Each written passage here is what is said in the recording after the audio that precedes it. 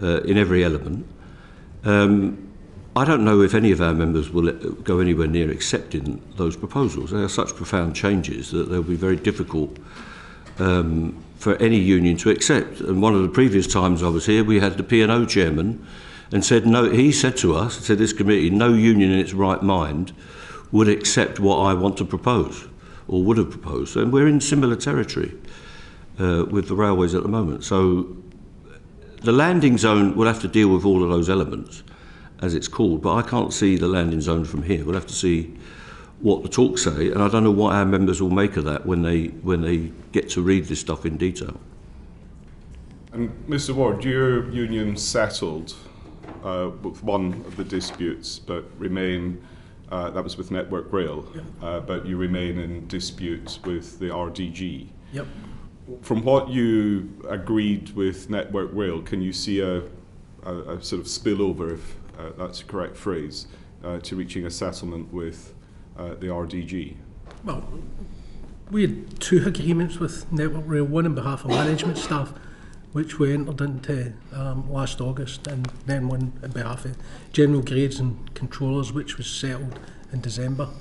The concerns of our members were addressed in those claims. We put both offers to the members and they voted overwhelmingly to accept them. We're in a totally different situation with the RDG, and we talk about talks through the RDG. The reality is that we continue in talks with the RDG. We get to a stage whereby we think there's been some progress made. They go back to talk to their paymasters and everything unfurls in front of us. We get an offer for the RDG that bore no relationship in parts to the talks that we just concluded. The offer that was on the table is significantly different from what we settled on with Network Rail. Does Network Rail one form some sort of template? Yeah, it probably does. It's something that we could look at. There's different parts of the package that we would have to discuss with the RDG, but it does suggest a way forward, but nothing more than that. Thank you. We'll come on to specifically negotiations with the RDG in a moment, but my final question for the moment, Mr. Whelan, you said you were zero in terms of likelihood of a settlement. Can you expand on that a little, please? Yes, last week, late on a Friday evening, leaked to the press before we'd even had a chance to look at it or see it or open the email, was a deal that was sent out that contained many of our red lines, many things we hadn't discussed, and actually smashed the enabling agreement we have, because we don't deal with the RDG, we don't recognise the RDG. We're working through a group called the RIRG, and the three trade unions signed up to an enabling agreement with them. Part of that enabling agreement, of course, was that certain parts of the railway were excluded from severance, including signal persons, guards and drivers. Receive a deal telling me that there's going to be no compulsory redundancies till 2024.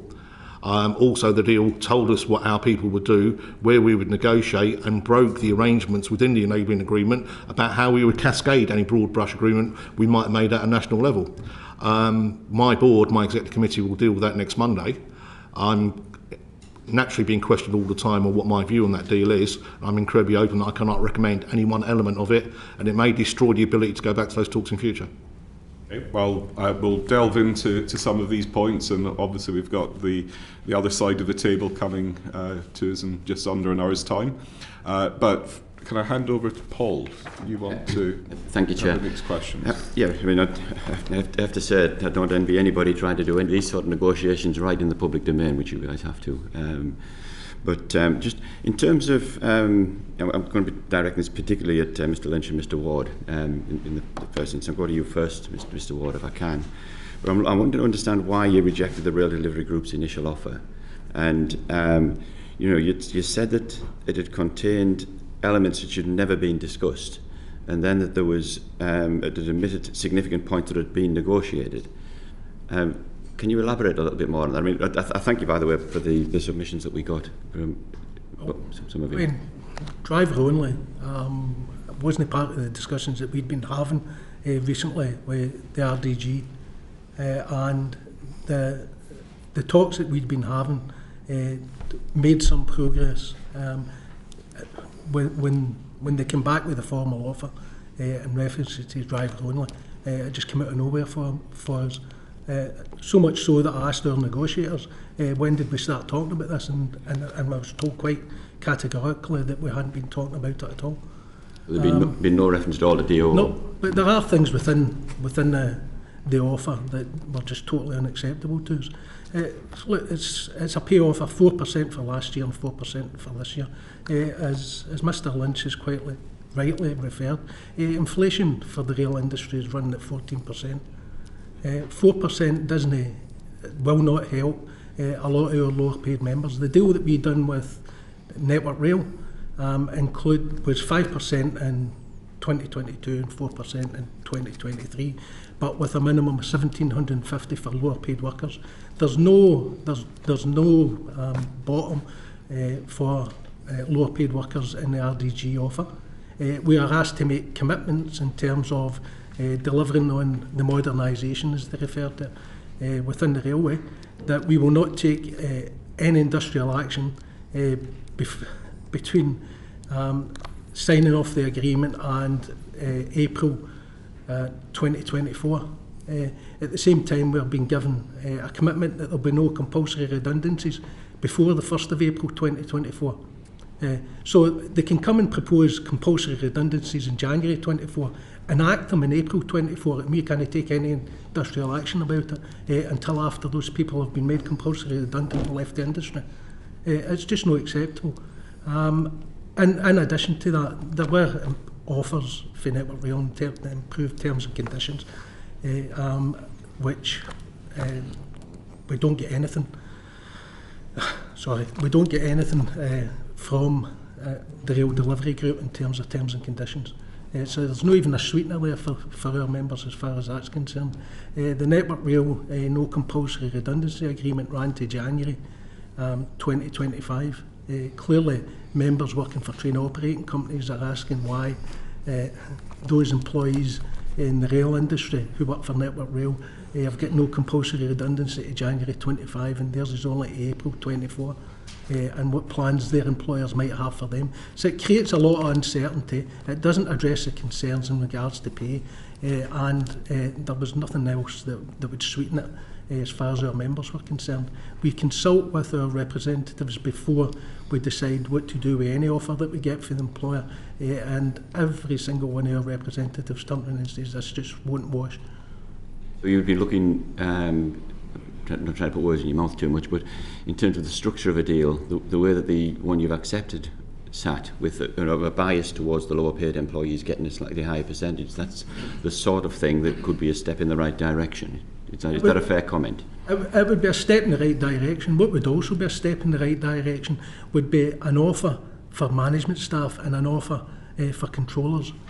Which you haven't received yet? We've not received any offer for management staff and controllers, and it is notable that when we've done the deals with Network Rail, the first deal that we settled was for management staff. That was the first offer that we got, and we settled with them in that.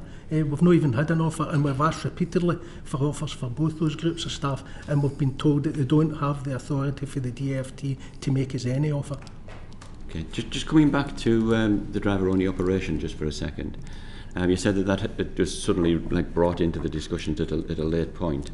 I mean, I think any casual observer of what's going on in the railways at the moment would be aware that there's pressure from government and others to come up with more driver-only operations. So I'm a little bit surprised that it was a surprise, if you see what I mean. Even if I understand what you're saying, that it doesn't seem to have been specifically looked at.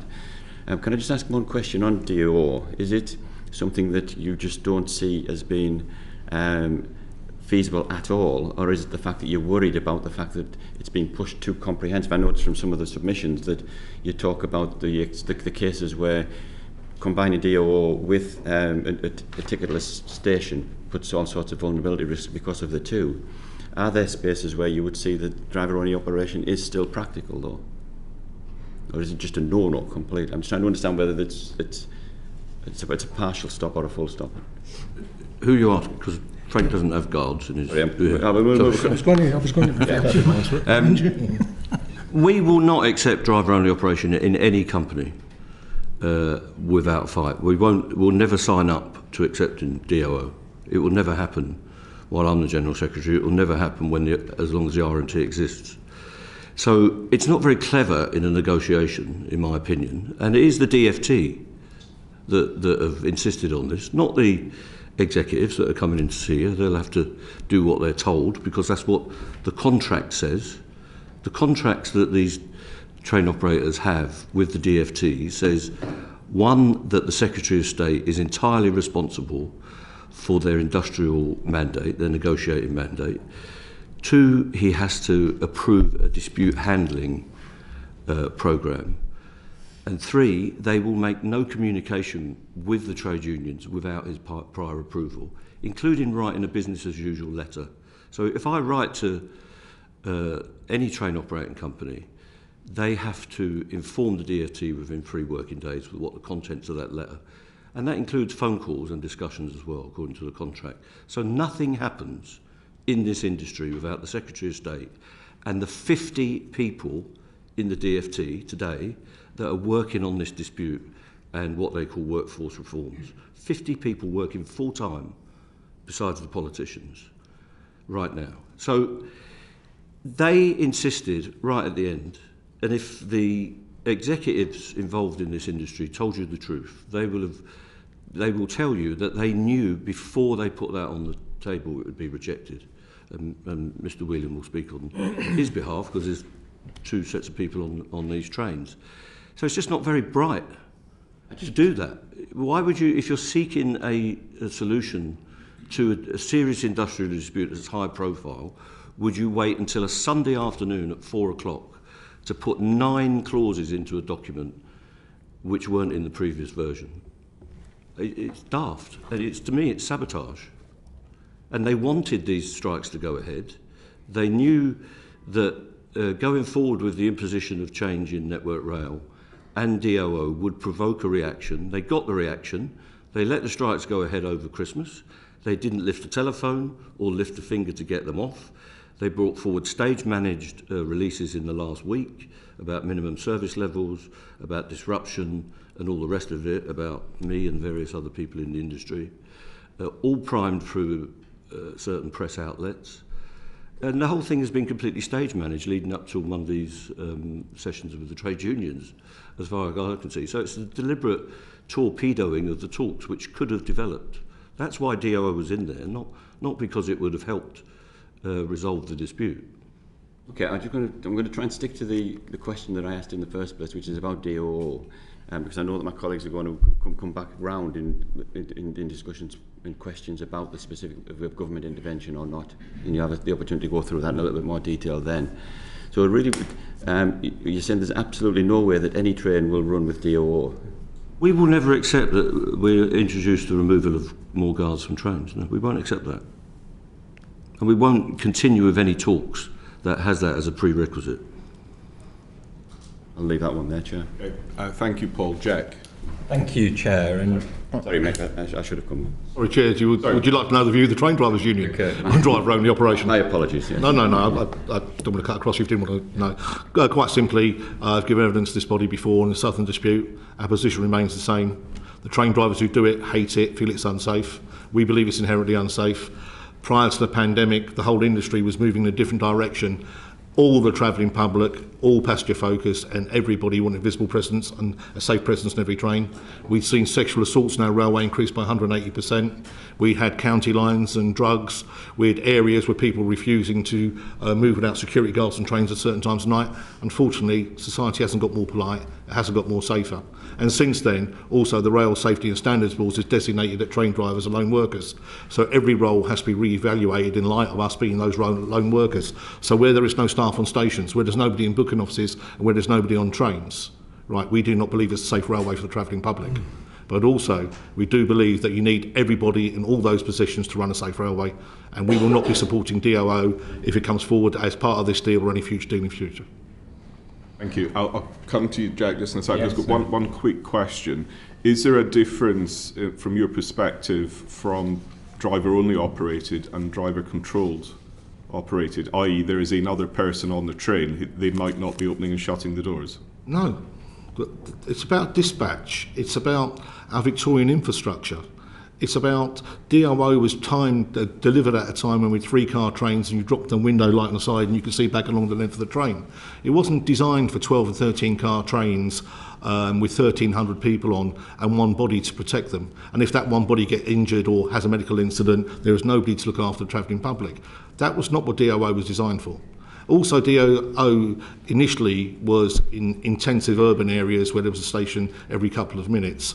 Modern proposals are for DOO everywhere, where maybe 27, 30 minutes or even an hour between stations, where anything can happen to the travelling public and there is no protection. And we cannot support that.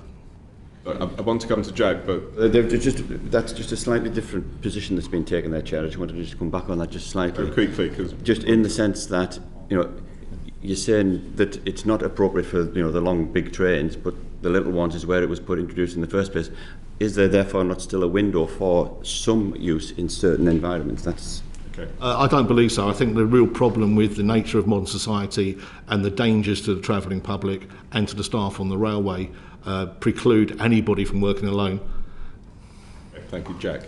thank you, Chair. And my questions are mainly to Mr. Whelan. And first, around an offer on paying conditions. Have you received an offer from RDG?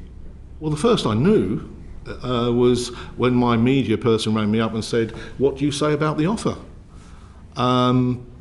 If I can go slightly backwards to explain the chronology, it might assist. I'd been approached by Mr. Montgomery, who you're going to speak to later, the Friday of Christmas week, saying, "Can we meet next week?" I'd met Mr. Harper and Mr. Merriman prior to that, and they said they were going to put Mr. Merriman in to facilitate the talks, and we were awaiting that meeting before we went into further talks, because we thought that was due decorum and we needed to understand the role of the Rail Minister in the facilitation of the talks.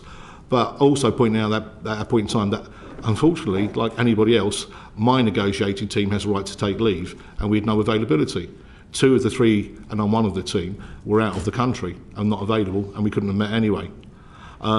I then, not surprisingly, very quickly received an email from the Rail Minister's Department saying, could we meet? And we met on Monday, which was the first available slot, for the same reason that I gave to the negotiators of the RIRG.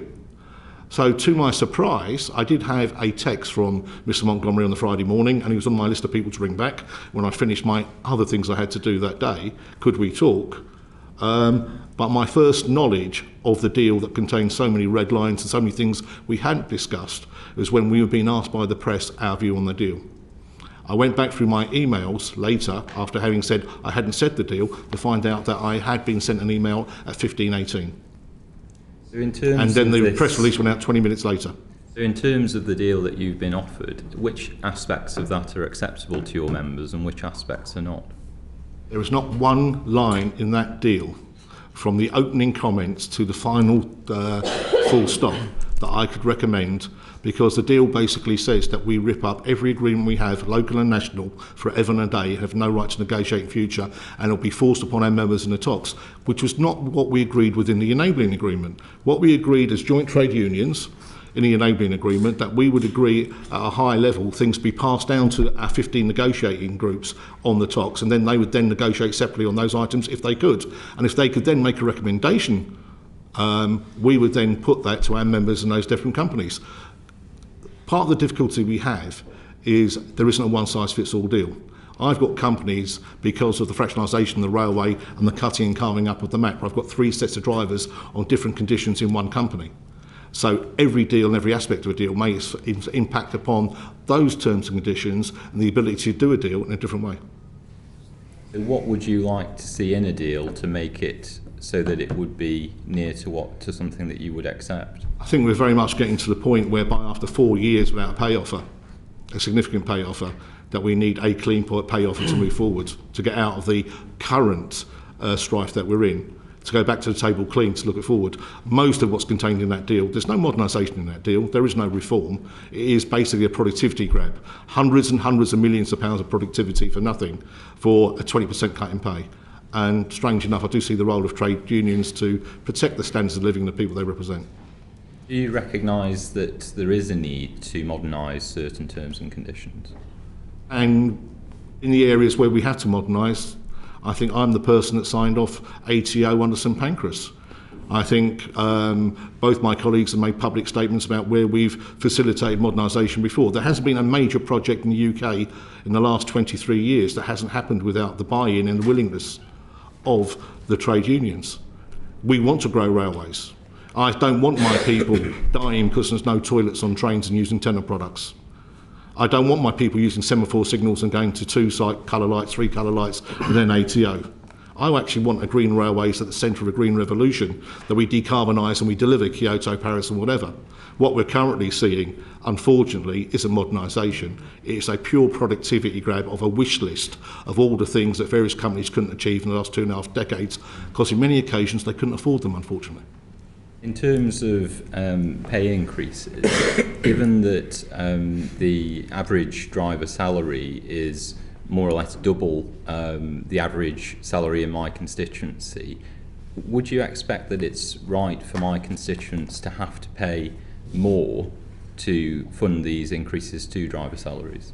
I find it rather intriguing, because we don't work for the DfT. We don't work for the Treasury, we don't work for the government. I've got 15 different disputes with 15 train operating companies who are declaring profits and paying dividends. In any other economic organisation, you would do your fixed costs, including pay first, before you declared any dividends or any profits. And I look around the industry and I see the high profits of the Roscoes and the venture capitalists. It seems very much to me that we find ourselves in a very Monty Python-esque world, whereby you now want the funders to fund the profits of the shareholders to keep the private interest within the industry itself, and that isn't going to happen. I don't think you've answered that question, but anyway, in terms of driver salaries, do you not think that drivers are already relatively well paid? No. Okay. And if I can explain why. What would you consider to be a fair pay then, in terms Well, if drivers were on whatever salary they were within the range 4 years ago, I would like at least nice to see them stand still. You know, what sort of figure would you like? We haven't put a figure on it. We deliberately haven't, because that was also part of the enabling agreement, that it would go down to the various companies to be discussed. Because a one-size-fits-all solution, you could only do a broad brush range of things for people to discuss that would facilitate a deal going forward.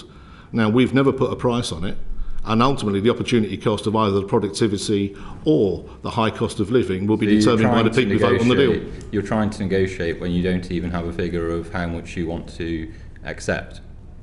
I may have a figure in my head, but in negotiation... You're not share it with us today.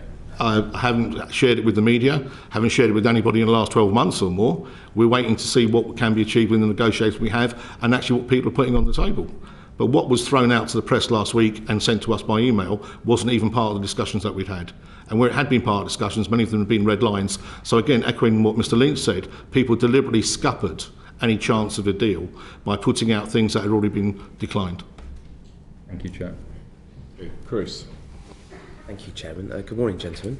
I'd like to start with Mr Whelan, if I may. Mick, can you just tell us, are you a member of the Labour Party's Executive Committee? I am. Could you also confirm if you are chairman of the Labour Party group of affiliated trade unions, otherwise known as TULO? It's my proud privilege to be the chair of the Labour affiliated trade unions. Thank you. Thank you.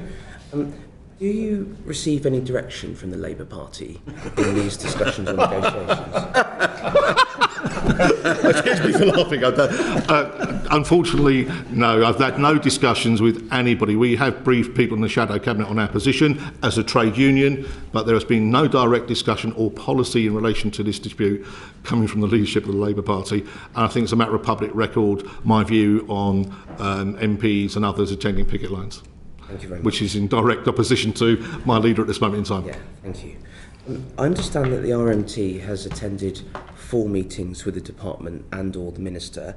Could you just tell us how many meetings you've attended, please? With which minister? I've had 3 in a month. Well, the minister, one of the ministers for transport. How many meetings have you had with the Department for Transport? In recent times,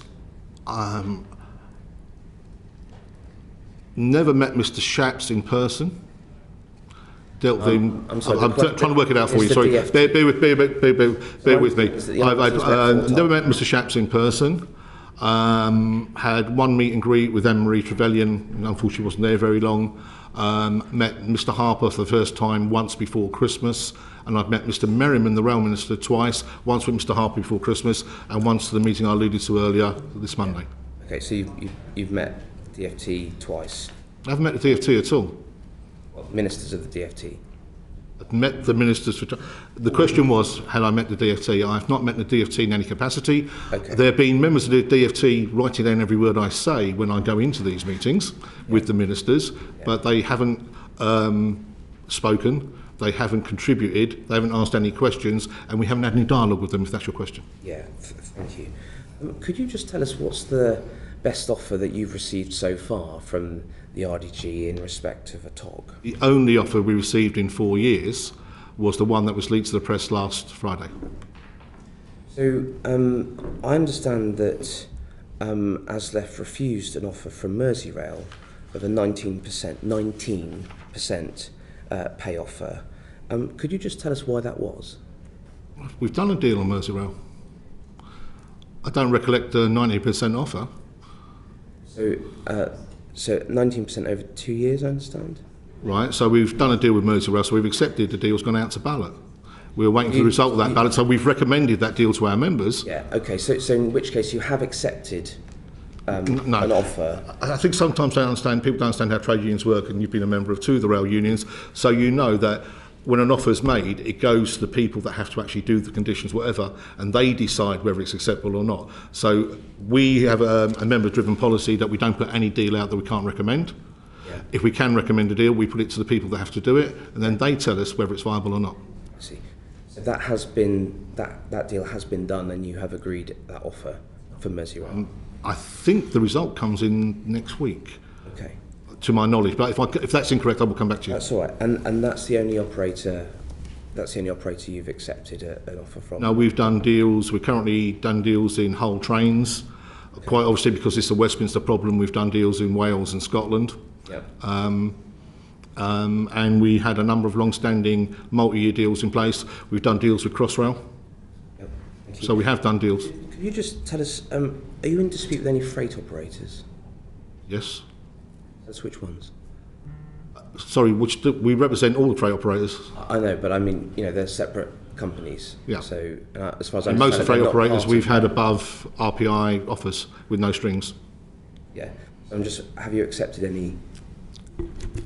I would have to go back. In the last couple of years, we have done deals with various freight operators. The actual content of those deals I can provide to the committee subsequently. No problem. We'd be grateful for that. But currently, you're not in dispute with any of the freight operators? No. No. Okay, that's fine. Thank you very much. Frank, could I come to you next, please? Band 1 to 4, Management Band 1 to 4 of Network Rail, you collectively represent. Could you just tell us what the highest salary is within that band that you collectively bargain for on behalf of them? No, I would have to come back to you in writing on that. I understand that highest salary to be £190,000. That may well be the case. I mean, there are people... So can you just repeat that? I couldn't hear. That may well be the case, but I would have to go and check it and come back to you. I mean, there are people in Network Rail that are paid more than that as well out with bands 1 to 4. The CEO is paid, over £500,000. Yeah. And could you just confirm you accepted or came out of a dispute quite early on with that management band, didn't you? Yeah, we did. Yeah. Could you just tell us why that was? Our management members voted to take industrial action, first time ever in my recollection. And ultimately, when we started talking, we got an offer. As is our normal practice, we put the offer to the representatives who believed that it was worthy of going to the members. We put it to the members, and the members voted overwhelmingly to accept it. Yeah. That's why we came out of dispute. Yeah. Thank you very much. Mick Whelan, can I just come back to you one final question? In October last year, we understand it that the general secretaries of a number of trade unions, as well as members of the shadow cabinet, attended a fully funded visit by the TUC to go to Spain to meet your counterparts there to discuss the sorts of issues you face and in effect get We're missing out on this, hints right? and tips. Just wondering, would you just confirm for us whether or not you joined that visit, or any representative of ASLEF joined that visit? No representative of ASLEF was on that visit. Thank you very much. Mick Lynch, could I come to you next, certainly. please, briefly? In December, Network Rail put an offer, I think, to you on behalf of your members of 9% over 2 years, with a minimum... 3 years. You get anything last year? Okay, thank 21. you. With a minimum of a £1,750 value for 2022. Am I right in saying that those who were paid under 35,000 would have in effect had a better offer than that because of the minimum threshold?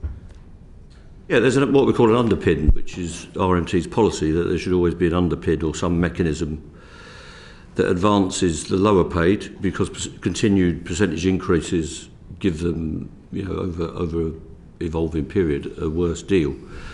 So that's something we're seeking from all employers and have been successful in over 20 years or more in improving lower paid wages. But it's not an offer of pay, it's an offer of, as the DfT calls it, reform and modernisation. It's a package deal, so it's conditional on accepting major changes to a whole range of things. Would you be willing to share with us the details of what that offer has been so we can see it? Yes, it's in the public domain, I think. It's been put on, it's on the Network Rail website, it's on our website, it's sent to all our members. I think it's broadly available. It's quite a long document.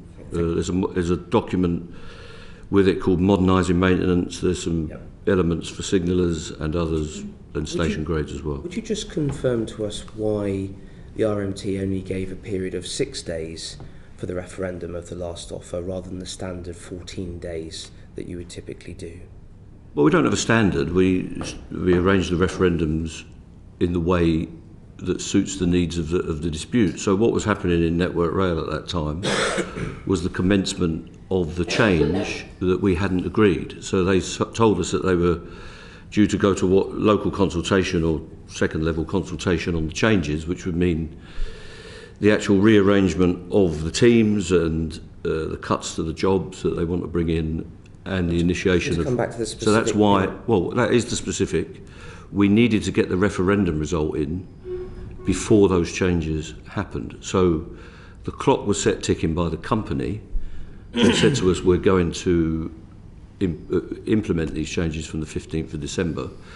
So we needed an answer as to whether it was found acceptable before that happened. I understand on the 6th of December an increasing number of groups of members of the RMT broke the strike. Could you just tell us what percentage of members did actually break the strike on those days? We don't have a report of any increase in people breaking the strike. We know that, as you've just heard from the TSSA, that the managers and Unite and the white collar and supervisory staff have gone back to work, so they're not on strike. They've been on strike with us previously. Our picket lines are solid. The action that we have taken has had the same effects as it has on day one as it is having in the last week or so. Are there any final points you'd like to just share with us in terms of your current negotiating position with Network Rail? Well, we continue to talk to Network Rail, and it will continue to be a challenge. You're going to hear from Tim Shoveler. I spoke to him yesterday afternoon. We were always talking to these companies to try and work up solutions to the problems that we've jointly got. And we'll continue to do that, but it remains a challenge. The demands that have been made on us are very difficult for us to accommodate, and ultimately we feel those demands and the inflation rate means that our members' work is being undervalued by vast amounts. But that is a deliberate policy of the government in this country at the time, to lower wages of working people right across the spectrum, especially where they have an influence, to make them poorer than they used to be. And I think that's a direct result of government policy. Chairman, back to you. Okay, thank you. Gavin. Thanks so much, Chair. I probably should declare before I start I'm unencumbered by entreaties from the Labour front bench, and was proud to support the workers at Glasgow Central last week. But we move on to the role of government in the dispute. And bizarrely, during the dispute, we've had 3 entirely different ministerial teams at the DFT. I wonder, I'm going to start with you, Mr. Whelan, what role the government, or what role each of those teams have played in the dispute thus far, and what difference there has been between the approach of the three teams, if I could?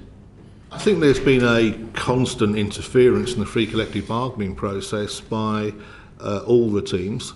Increasingly there seems to be a generation of bad faith driven from behind the scenes. We've seen that in what happened with putting clauses into the RMT deal that hadn't been discussed, and I believe the leaking of the deal and putting the deal out to us last week. I don't believe that's been done without any discussion, because as we know, before anything can come out, discussion has to happen with the DFT and the relevant minister. So everything that's happening is, we believe, currently government driven. And we have no way of affecting that. Has there been any improvement with the new ministerial team compared to the previous 2 iterations? We've had an offer from Mr Harper that Mr Merriman will help facilitate future talks. Unfortunately, that's been scuppered by what happened last Friday, because at this moment in time there is no future talks for him to facilitate. We would hope there would have been an ownership role within those talks. I think Mr Merriman made it quite clear that he was just there to facilitate meetings and how it would work in future. We live in hope that it will help. Mr Ward, same question to you in terms of the different approach of... Mr Sharps was non-existent as far as we were concerned. We foresaw difficulties with our 2022 pay claim as early as December 21. We submitted claims to the majority of the employers and get no responses whatsoever. We repeatedly contacted employers asking for meetings, get very little movement from the employers on that. We wrote on a number of occasions to Mr Sharps and asked him if he could use his influence to engage the employers before we went into dispute, get no responses whatsoever. So as far as we're concerned, it just wasn't there. Mr Trevelyan wasn't there really long enough to make a difference, to be honest, in this. And to be honest, the dispute almost went into hibernation during the leadership, the Tory leadership campaign. So that's just not worth there. Much more comment on that. The current team is slightly different. They engage. We've had a number of meetings with either the Secretary of State or with the Rail Minister. They continually offer to use their offices to try and facilitate an agreement. However, the evidence that we get from the RDG in particular is that they cannot make any agreement without sign off from the DFT and the government ministers, and consequently any time we make any progress, it goes back and then it comes back and it's changed again. Yeah, Mr Lynch. Yeah, so I believe this whole situation, the dispute and all the elements of it have been conceived in the DFT, going back to when Mr Heaton Harris was the Rail Minister under Mr Shapps.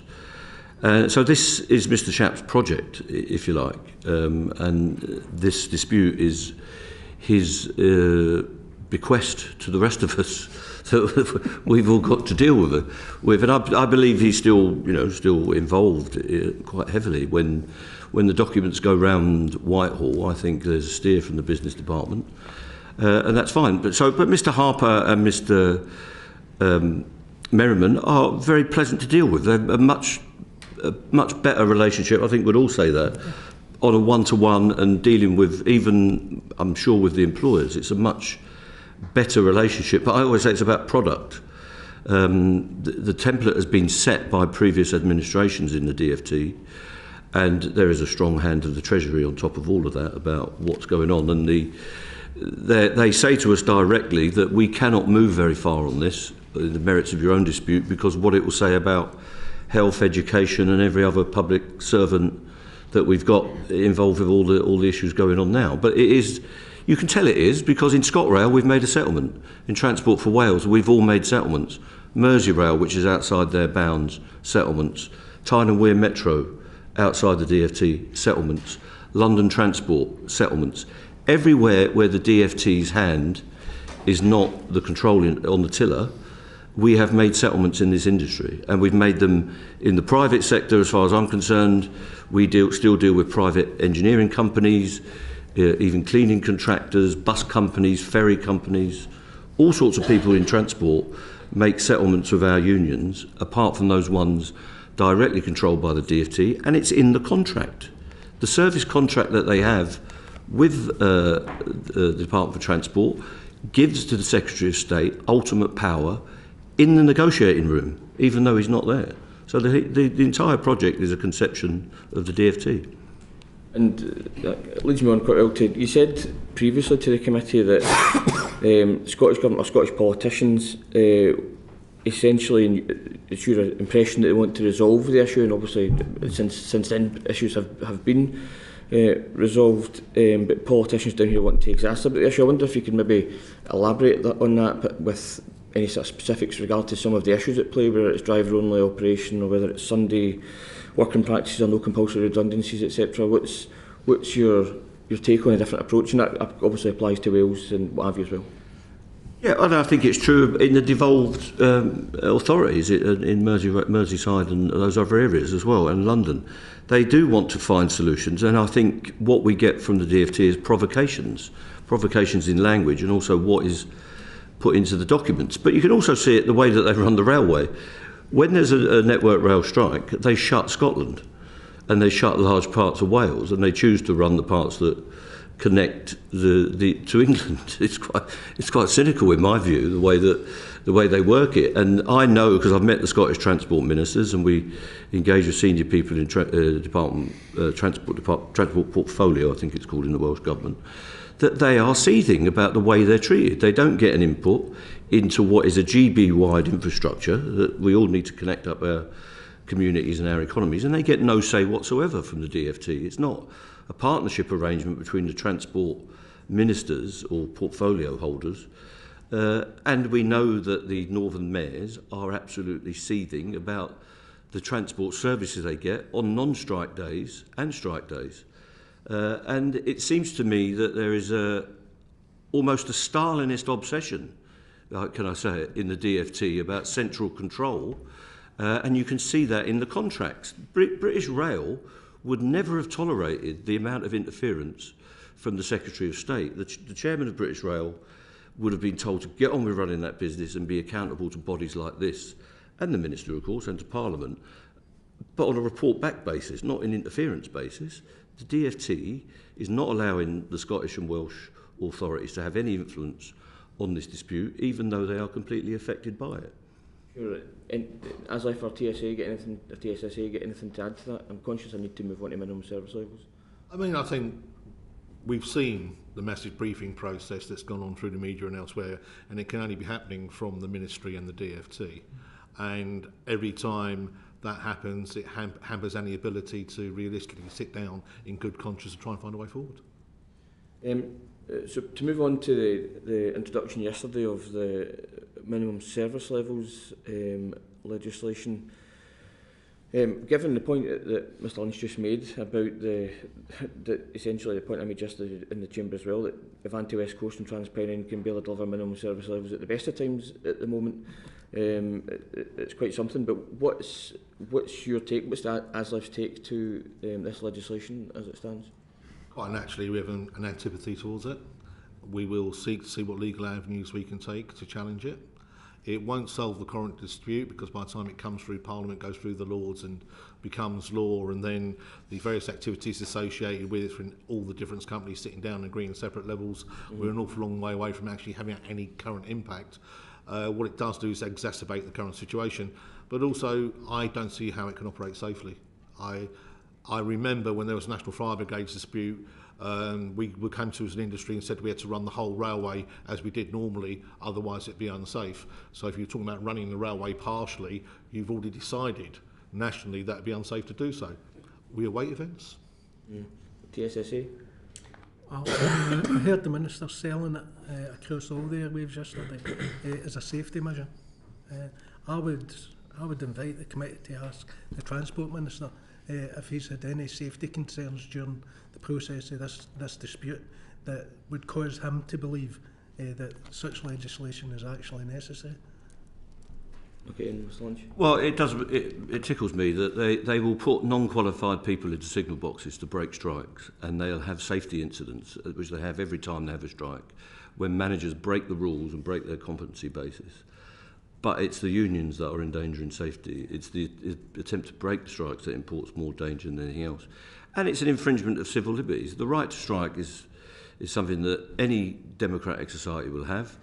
If they want to run the signalling system on Network Rail during a dispute in the way that they will, they'll have to get all the signallers to work, and they will command them and conscript them to work. If they were doing that in Putin's Russia or in Iran or China, they would rightly be condemned. Conscripting workers to go to work against their will is an outrage, and that's what this legislation will bring forward, that either we will name them, or the companies will name them, or even the Secretary of State may name individuals that have to go to work on strike days. How that is democratic and free in a free society, I don't understand. And we'll have to challenge it in every way that we can. And it'll have to be repealed as soon as there's a change in government. And very brief, quick last question, before we move on to the last question. If you were to have the Secretary of State in front of you, or the Rail Minister, what is the one thing you need from them to advance this situation? I think we've been consistent in saying that it's only the government and the Rail Minister that can take the shackles off the employers in the negotiations. I previously reported to you that we were stunned when we found out that our employers had signed a deal with the government where they couldn't offer more than 2% in pay. We never even got offered the 2% in the last 4 years. Constricting free collective bargaining and then endangering people if they dare to have a voice in it later on is a very difficult direction for any society. And do you differ from that view, or No, not really. no? The same? Okay, thanks. The employers need to be free to negotiate. At this moment they're not. We may well be asking them that in the next panel. We'll probably move on to those questions, but Mike, you want to come in on this point too? Yes, to Frank first, Frank Ward first. You recently accused the Secretary of State, and I quote, of actively blocking any improvements to a possible deal. Why do you think this Tory government would actively block any improvements to a possible deal? Mr Lynch said earlier, I think it's something they've inherited from a previous Secretary of State for Transport. This is an agenda that's been pursued by the government, and it's very much anti-trade union, and we've seen the evidence of that yesterday. I think they've been looking for particular disputes that they could hang this particular legislation on, and it's been encouraged over the last 9 months. We've gradually worked towards the situation that we find ourselves in now. Thank you. And it's same really to Mick Whelan and Mick Lynch. Do you feel they're blocking the deal, and what are the motives? Yeah, I think they have dictated what the companies say. I don't think they can even deny that. It's there in law. It's in the contract. So, but they've got themselves stuck. They thought that the public would hate the trade unions. They thought this would all go away in June. And instead, the reverse has happened, that more unions have joined into campaigns against poverty. And where this is a campaign to drive poverty into our communities, I believe. So last week, and in the run-up to Christmas, I think the whole thing has been choreographed and stage managed so that the action went ahead, so that these announcements could be made according to a timetable, starting with Mr Sunak on Tuesday, I think, and then the announcements of these draconian anti-trade union laws this week, and ending with the choreographed sessions on Monday.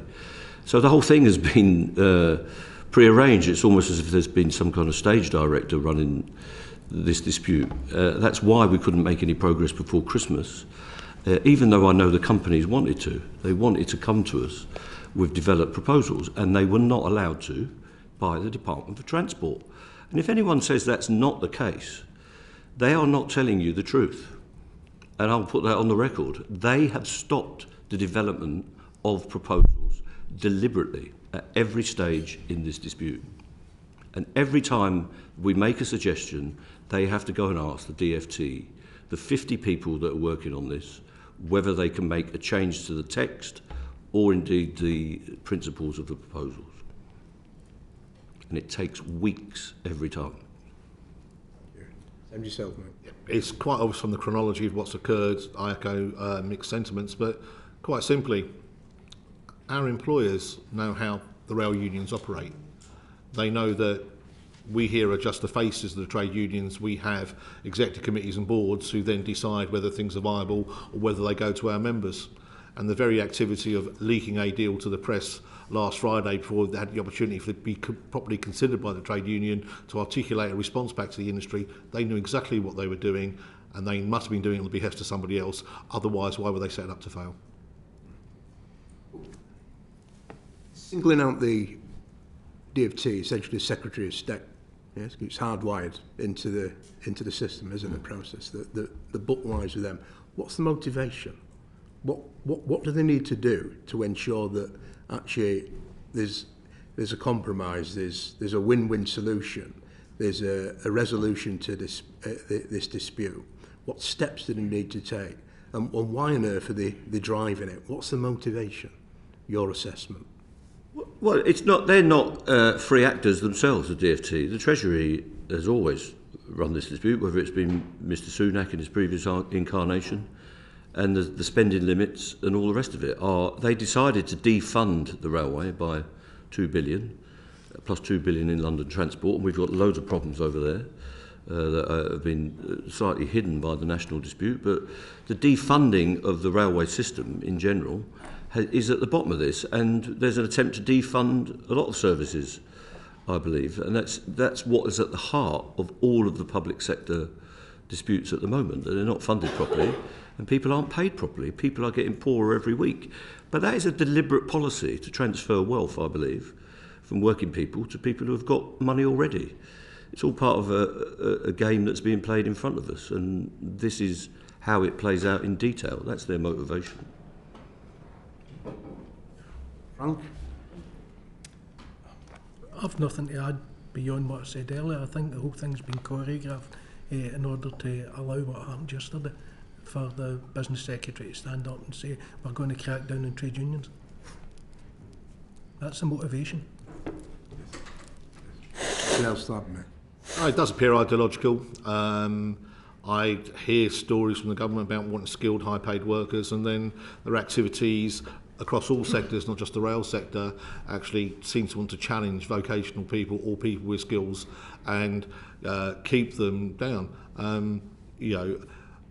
The fact that we hadn't had a pay rise for 4 years, we weren't seeking a pay rise for the 2 years of the pandemic. We only went to Mr Heaton Harris when inflation started going through the roof and when it hit 5.2. Now, if our members were demanding a pay rise, not having had one for the previous 2 years when inflation was 5.2, how do you feel when they find last year inflation going to 14% and in massive double digits and possibly going higher than 14% this year? The idea that 4% and 4% for every condition that we've ever had, because that's what the current deal does, right? A 20% pay cut in real terms, right, for no future and no say in what you can do in the future. How could any trade union sell that to anybody they represent? I don't understand it. Yes. Thank you, gentlemen. Okay. Greg. Thank you.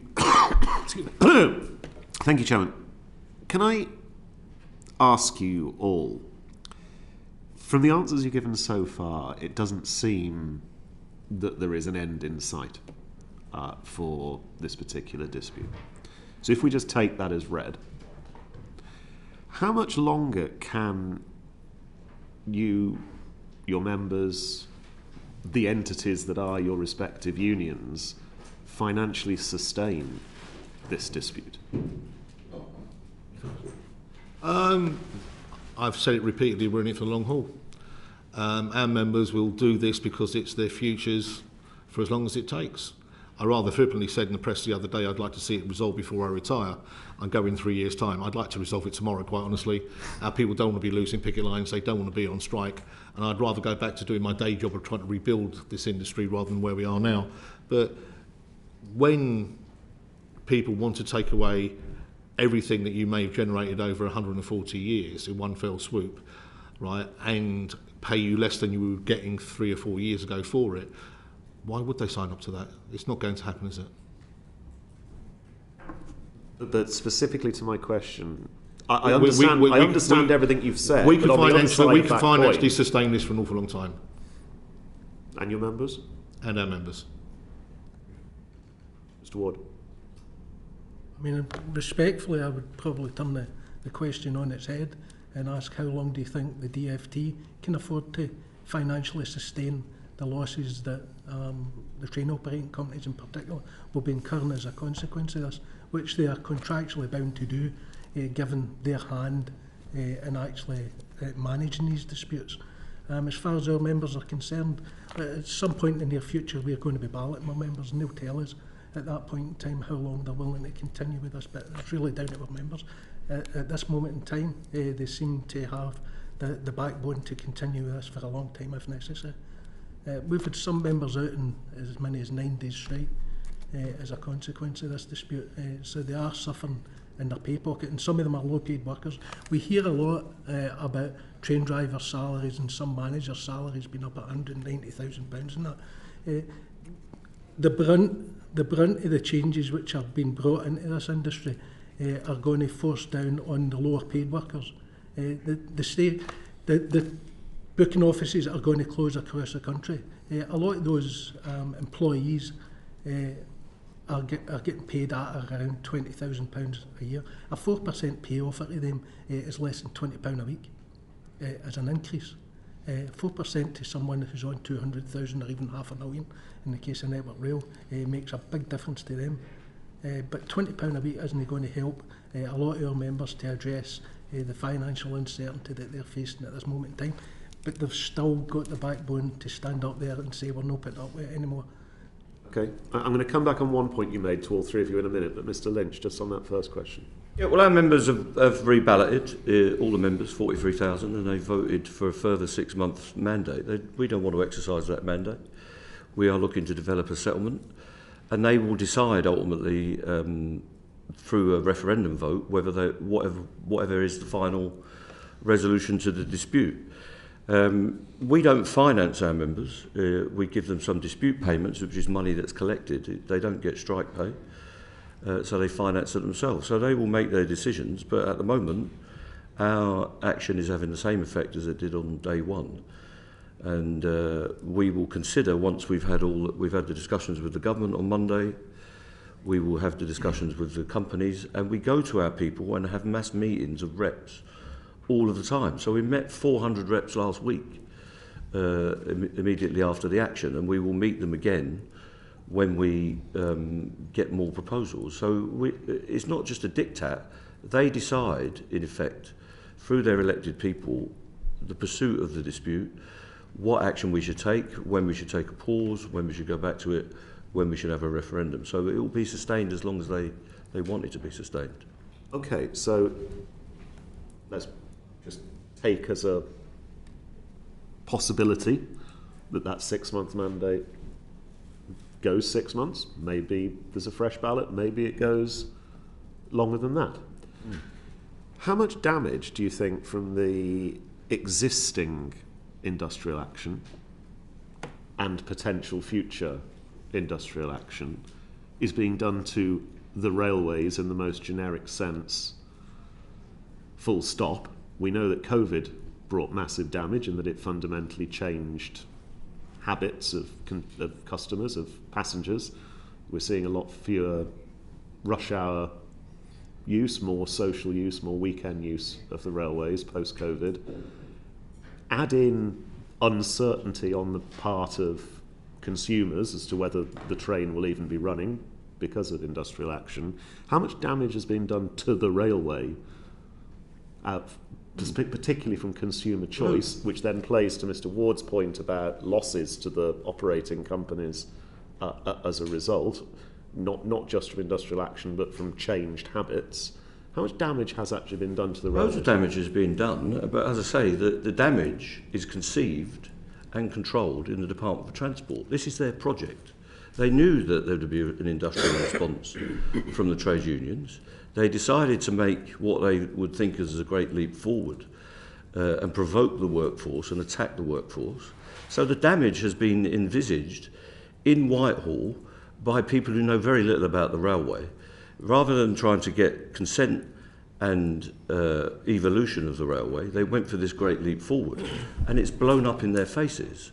So the damage is being conceived by this administration, and they are inflicting the damage. They have also brought forward a set of legislation that they quickly abandoned on the future structure of the railway. Maybe they'll come back to that, I don't know. Maybe there'll be a new transport minister that'll have another idea. So the damage is being caused by the inconsistent and reckless policy of the people that are in control of the railway, which is the current administration. It's not being caused by the workforce, who are prepared to work through change that is considered and agreed rather than imposed. I understand.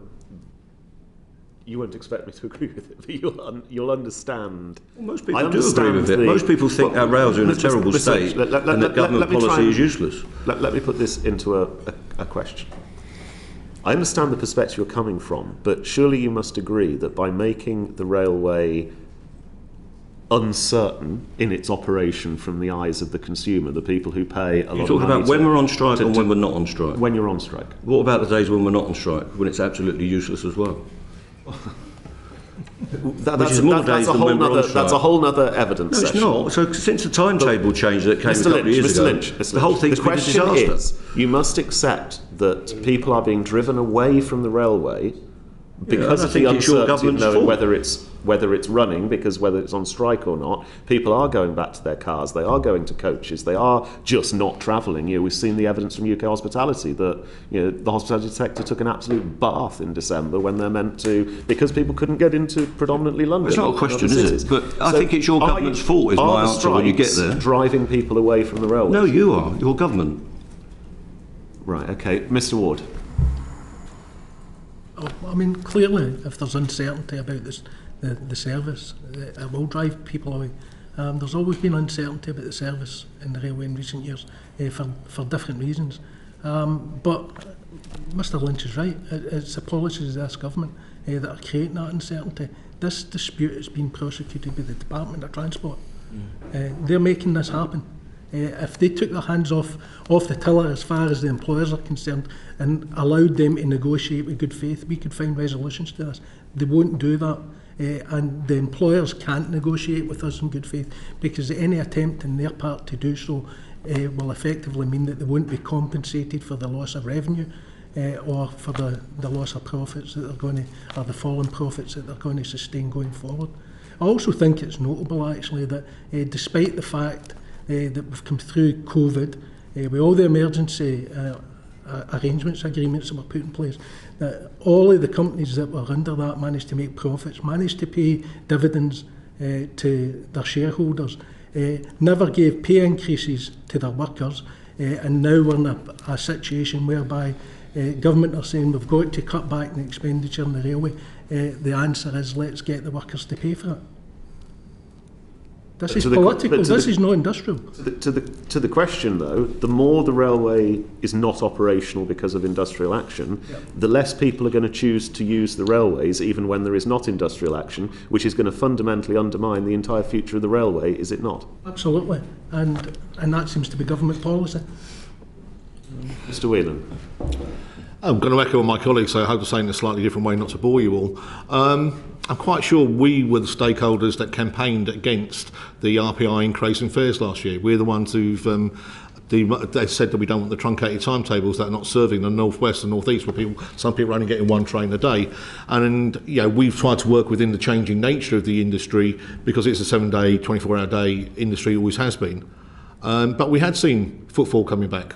We had seen demands even from government departments, particularly Jacob Rees-Mogg, that people don't work from home, and we've seen more and more companies feeling that that wasn't effectively given the productivity that they wanted. So we've seen a growth in leisure travel, and we've seen a drift back post-COVID in normal traffic. But basically the railway itself, because of how it's currently operating, sustaining on a daily basis, isn't attractive. And of course we're going to go into next January where there's going to be a further 5% increase in fares, where we'll see a further increase in what we call transport poverty and people's ability to afford to travel on our railways. So, but is the choice for a trade union when your employer and the government deliberately causes a dispute not to react and to do nothing? This was a fully expected political and industrial reaction from the bad actors who set this up in the first place. The companies decided to sign the new contracts in the post-pandemic world, knew exactly what they were doing, knew how we organised, how we bargained with them for the last 2.5 decades. The government, in doing what they did, knew that there was going to be a reaction from the trade unions. I think what they didn't expect was us still to be here 6 or 8 months on. But for many people in this industry, this is existential. And thank you. Okay, thank you. Jack, you wanted to have a supplementary and then come to Ben for the last Thank you, Chair. section. This is to what Mr Lynch said a few moments ago around reduction of funding to the railways. You just suggested around 2 million. NAO figures show that the amount of government funding to the railways has actually doubled since 2015-16 to 2019-20. So where do you get your figures from? I get it from the employers. They told me they've been asked to reduce their costs by 2 billion.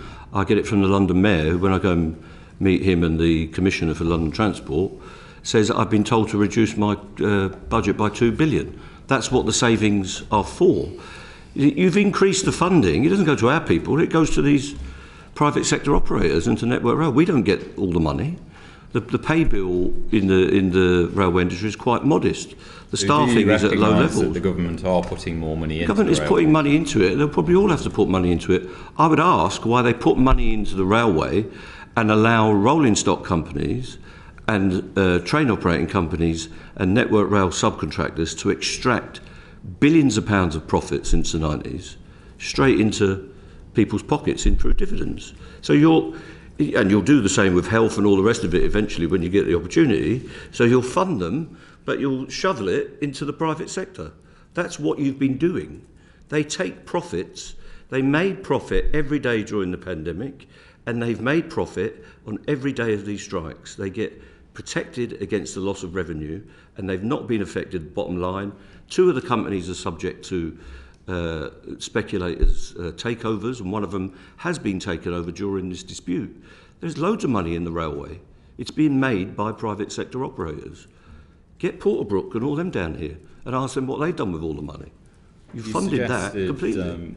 A minute ago you suggested that the public are behind you on that. That is not what latest figures show. It shows that public support is waning and that you don't any longer have the support of the public for these strikes. Is that concerning to you? It depends which poll you read. I went on Good Morning Britain the other day where Richard Madeley was on attack mode. They did a poll shortly after that and said there was 75% support for the RMT. So it depends which poll you read of who's winning this. What was expected in the DFT is that we'd have zero support and we'd be back to work with no strikes by the end of June. Once your friends in the Daily Mail and the Telegraph and all these other journals followed me from my house to the station, invaded my children's Facebook pages and all the rest of it, that we would be public enemies number 1. We're not. I'm a more popular person than many of the politicians in this room, unfortunately, for the public. But the fact is that we have got a lot of support. It's difficult to get support during industrial disputes. But if you ask the public, do they sympathise with people getting a decent pay rise? Do they sympathise with the protection of contracts of employment and conditions? They will say yes. It's difficult to get that support going fully during intense industrial action, but there is broad support for all the people that are involved in disputes at this time, and there's very little for the support for the people that are opposing those disputes and trying to make people poorer. Are you concerned about the increasing number of your members who are now turning out during strike days and turning up to work? Well, we don't have those. We don't have reports. That's what we would call propaganda. That we're being told that. No, those are actual figures. So figures from who? Figures from Network Rail, figures that are showing that increasing number of members of your unions now are actually turning up to work. How do they know they're members of my union? Well, I mean, that's a protected characteristic. There are more people. That's a protected characteristic. But how do they know they're members of my union? There were previously. But how do they know they're members? It's a pure fact. Because one union has settled. Sorry. One union has settled. There are 43,000 people work for Network Rail. 21,000 of them are members of my union. Mm-hmm. So there would be more people at work than not on any strike day.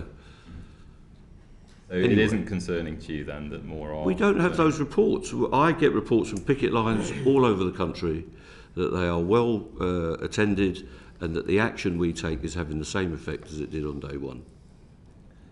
Thank you, Chair. If I could contribute, Chair, briefly. Yes. Our reports are we're 100% solid. What we are intrigued at, of course, is that on the non-strike days, other grade groups being paid to drive trains and setting the new rate of pay for the industry. So on top of the higher pay than we get, they get £500 a day in LNER. I believe in one of Mr Montgomery's companies, they're getting £300 a day on non-strike days for driving trains when we're not in dispute with them. So if that's going to set the tone and the level of what people should be paid in this negotiation, it will become increasingly interesting. And last Frank, question. you kind of articulated the problem with the percentage increase a moment ago when you compared the wages of a ticket office staff to a senior manager. You're all very experienced trade unions. So I don't know whether you saw the article by two veteran government negotiators, Joe Haynes and Bernard Donoghue, on Friday in the Times, suggesting that a flat rate cash payment reflecting the increase in the cost of living for everybody might be a way to address the pay issue in this dispute. Is that at all feasible in your view? Just very brief, just yes or no answers would do. Well, there's an element of that in one of the offers that we've got, and we're not averse to any sensible proposal. We'll consider it. It depends, what it is. But the format doesn't particularly bother me. We'll see whether it matches up to the problem or not. Mick, Again, we'd give due consideration to any offer that put a dent in the cost of living crisis. We'd be obliged to. Frank. How we settled the pay claim for our own staff this year, actually, believe it or not.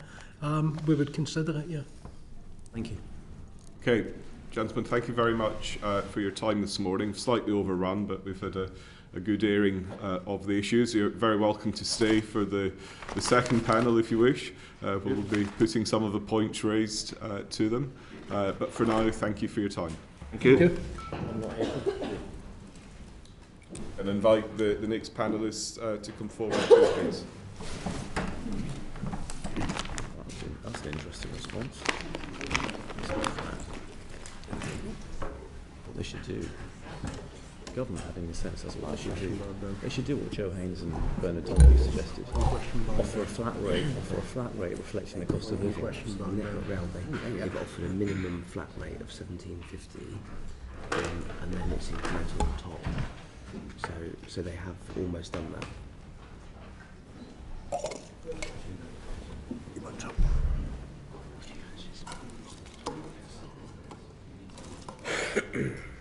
Thank you. For the purposes of our record, could invite you to give your name and position, please. Start with Mr Montgomery. Okay, Steve Montgomery. I'm the Managing Director of First Rail and also Chair of the Rail Delivery Group. Thank you. Good morning. My name is Tim Shoveler. I'm Managing Director for Network Rail's North West and Central Region. But for the last 18 months or so, I've been leading also in terms of the negotiations around reform. Thank you. You were sitting in the back row for the first panel of witnesses. Can I start by putting the same question I put to the trade union representatives? And that is on a just to get a broad sense of where you see things are on a scale of 1 to 10. How close do you think we are to getting a resolution to this? 1 being nowhere near, 10 being very close.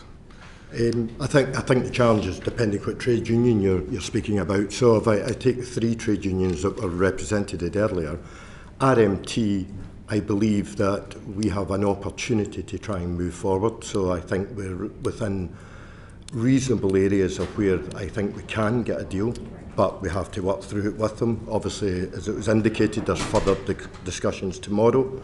So obviously we wait and see the outcome of that. TSSA in a very similar position where we've got further discussions tomorrow. ASLEF is slightly different where we've been further behind with ASLEF. Obviously we made the offer last Friday. We've heard the reaction of ASLEF. We need to do more work with them and try and get back round the table. So that one is probably further behind the other 2 at this moment in time. Thank you. I'll come back on the ASLEF point in a moment, but Tim, firstly, where do you see things from Network Rail's perspective? Yes, there has been further progress, and of course in December we made the revised offer. So a 10 for the TSSA and Unite, which are part of the same negotiating group, because they're resolved, and that's good news. And those members of staff have now had that money for the controllers grade group, and as soon as we can resolve with RMT, then then that will resolve with those two unions. For RMT, 36% of their members that are Network Rail employees voted yes for the deal. So we're a bit short of the 50% that we need. There's a couple of thousand people that need to change their vote. So we met again with the RMT leadership yesterday for discussions, and we're planning to meet again next week. I'd place that as 7. You're more optimistic than we've just heard from the trade unions that this can be resolved. Well, particularly for the Network Rail disputes with the RMT, because that's the only one that's outstanding from our perspective, then yes, and I base that on the fact that, say, 36% of Network Rail members of the RMT voted yes for the deal. So we only need another, 2,000 people to change their views from an audience of over 20,000, and actually that deal will then, is then credible. So I think there's every chance, by some very carefully targeted discussions, at achieving that. And for those people that you want to persuade to accept the offer, is that across the board of the union members, or are they in one particular sector of the industry?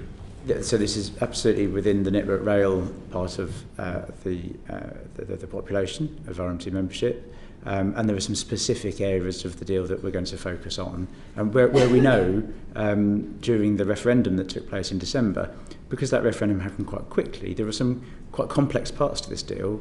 It does achieve quite substantial change, and I think with hindsight it was clear that there were a number of questions, a number of issues that people had that weren't fully explained during that short referendum. So that's our approach. Thank you. Mr Montgomery, can I just pick up on this offer that was put out to ASLEF last week, which you've heard this morning and in the press has provoked quite an angry reaction. Could you just talk me through why you put out the offer in this way, and perhaps in the expectation that the reaction would be what it's been? Yeah, the situation with ASLEF, as I indicated earlier, it's not moved along as quickly as we would want it to, and that's been people's availability, those type of things. The negotiating teams have been speaking to ASLEF, they've made themselves available at certain times, but what's been quite clear through it is trying to put something down in paper to describe the wider areas of reform that we require. So, as Mr Whelan alluded to earlier on, the enabling framework agreement that we started off with at the beginning had a number of reform areas that we looked at. And when we talk about the $2 billion industry shortfall, when the pandemic struck, revenues obviously fell to as low as 5%. They've recovered roughly into the area about 80%. So that's a £2 billion shortfall in what we would normally expect to see in revenue for the industry. So we worked with the trade unions and how could the industry help meet that shortfall, work together and looking at areas of where we can self-help. So areas of reform, workforce being part of that area, and there's other areas outside of that of where, looking at different capitalisation of projects, these type of things. So that's what we've been trying to work with the trade unions. Those discussions have moved at various paces. RMT probably have been more engaged in some of the negotiations. ASLEF have been slightly behind, but we have been talking to them. It's not fair to say we haven't been talking to them. So when we've been over the last number of weeks, we're trying to lay out exactly what it is we're looking for. People have said that we haven't made an offer. We decided that we are going to make an offer to ASLEF. I tried to speak with Mr Whelan between Christmas and New Year. He wasn't. He was looking to try and have a further meeting with the Minister. I then tried to speak to him last week to turn around and say, look, can I have a chat with you so we can start to talk about some of this? He was unavailable. I tried to phone him on the Friday morning to again update him on I was going to issue something. Unfortunately, he was tied up in meetings that day, and we left it to as late in the day as we could within office hours, and then we put the offer out at 3:15 in the afternoon. It's fair to say that you've made reasonable efforts to engage with ASLEF throughout this, and the offer that you put out on Friday late afternoon was, I don't want to say point of exasperation, but I wouldn't say it was a point of exasperation. I think it was to try and lay out all the areas of reform that we were needing to do and put everything in one document that we could then allow us to use that document to move forward, and as a negotiation. And that's what myself and the trade unions and Tim and the trade unions try to do, is have that negotiation so that we can try and flush out the areas of where we're in agreement or disagreement, and then try to work forward with that so that we can get some form of settlement to get this dispute off the table. So, having listened to what they said earlier in this session, what's your next move to try and engage with ASLEF to... Well, I think Mr Whelan alluded that he has gone back to his board, his exec committee. They will look at that document, I believe it's next week, and they will come back to us after that with a response to that document, or maybe not a response, but they will come back in some shape or form. I would surmise that they will then turn around and say whether it's acceptable, reject it, whether they want to get into further talks to understand it more. So that's what we want to encourage, that we have a further discussion with ASLEF so that we can try and get through the document in more detail and then try and work to a solution to it. I think I'm quoting him accurately when he said there wasn't one line in it that he could possibly accept. That doesn't sound terribly hopeful. So if that is their reaction when they've spoken to their executive, what comes next? Well, again, I think they have to take it away, they have to read through it. I would say that there is a number of areas of where we can get common ground. The thing that we've got to be quite clear is that we are not we are not cutting people's wages, they're out and increasing their hours. What we're trying to do is work within the frameworks that we have within the companies, so that we can then get greater productivity that provides a more punctual and reliable railway. And that's what we're trying to work with. And it makes us more cost effective then. These type of reforms will make us more cost effective, less reliance on rest day working in these type of areas. So that makes the railway better. We can deliver that service for customers who, let's be fair, through all this process have the big people who've been most affected. And obviously then staff impacted on the strike action. So we've got to work together to try and resolve this. Thank you. That's my questions for now. Turn next to Jack. Thank you, Chair. And my questions are predominantly for Mr Montgomery. And in terms of making an improved offer to RMT and TSSA, what is that improved offer? Are you planning to make an improved offer to them? Obviously, it's a negotiation, and it's confidential at this moment in time, so I wouldn't like to talk about what we're going to discuss tomorrow. I don't think that's respectful to the trade unions, and no disrespect to the committee, but you would understand my position. I think it's important that we have that discussion with the trade unions tomorrow and try and see if we can get common ground and move forward with the deal. What is your understanding of where that common ground might be and how you can move these negotiations forward? Again, I would rather take that and discuss that with the trade unions rather than debate it in the room here. Okay. In terms of the ASLEF union, obviously we heard earlier, and we heard from a representative from Mick Whelan, and he basically said that he doesn't even recognise your existence and the existence of RDG. Do you think that that attitude has been helpful? I think the language is something we have worked very closely with all the trade unions since the start of the pandemic through the Rail Industry Recovery Group. We have sat together, we've come up with enabling framework agreements that allowed us to look at these different areas of reform.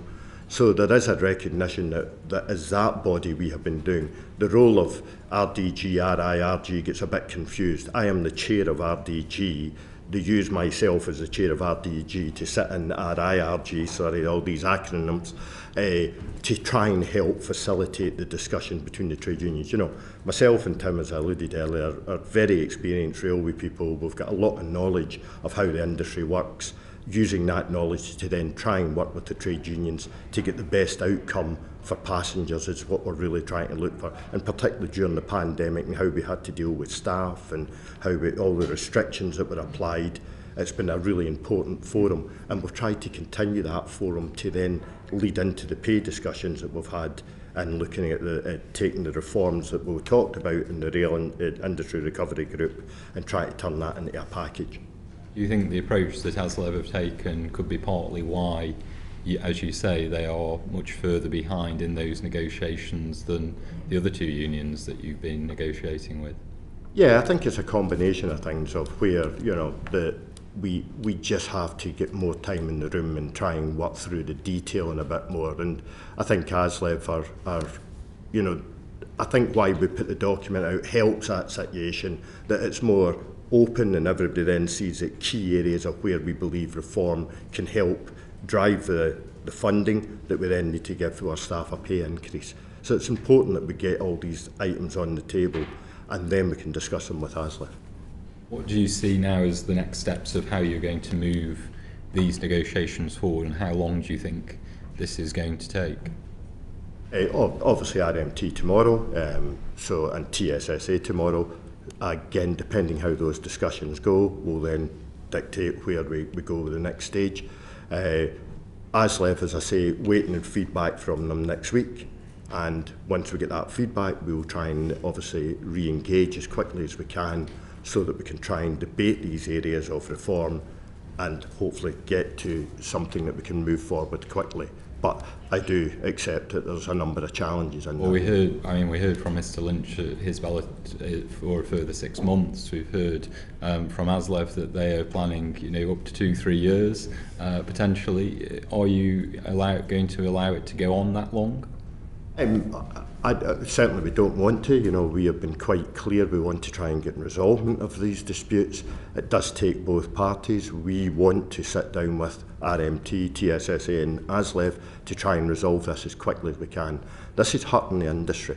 You know, we've got to be quite clear that this is hurting the industry. And some of the questions that were asked earlier, where we are seeing customer confidence in this industry ebbing away every day. We see it when strikes happen, the disruption with action short of strikes where people don't become available to cover turns at short notice. These things are all impacting and customers are starting to use other modes of transport.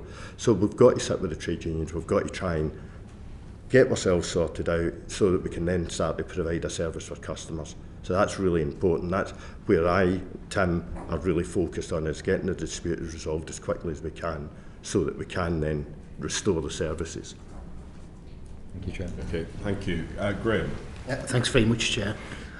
So some of the areas we've already covered. Good morning, gentlemen. But just to in relation to the ASLEF offer, you know, I think you were in for the earlier session.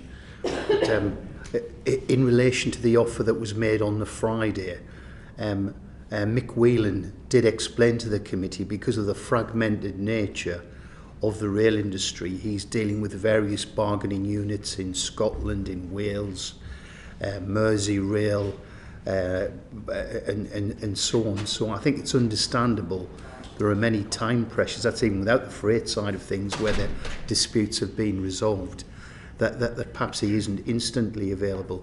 But it does seem to have caused some angst. That I did make a note of the time at 15:38, I think he said. 18. Sorry, 32? 18. 15:18, okay. Was that the Ballacressy? No, he did make a comment that he thought it had undermined good faith in the process to make that offer directly to the members. So it's just to point that out. But given that you were in agreement with the £2 billion figure that I think that Mick Lynch, well, in fact the whole panel agreed with, in terms of reducing costs, I wonder if you would give the committee some insight as to how the modelling works. For example, the plan to close the ticket offices. I don't know if that's Mr Shoveler's area really. How much saving would that bring about? Some of the other elements, you know, there's a lot of talk about I've heard Mr Shoveler on the TV talking about the need to improve safety and to have workers not exposed to risk and so on. But some of the new technologies, driver-only operation, will surely require significant investment in signalling and so on.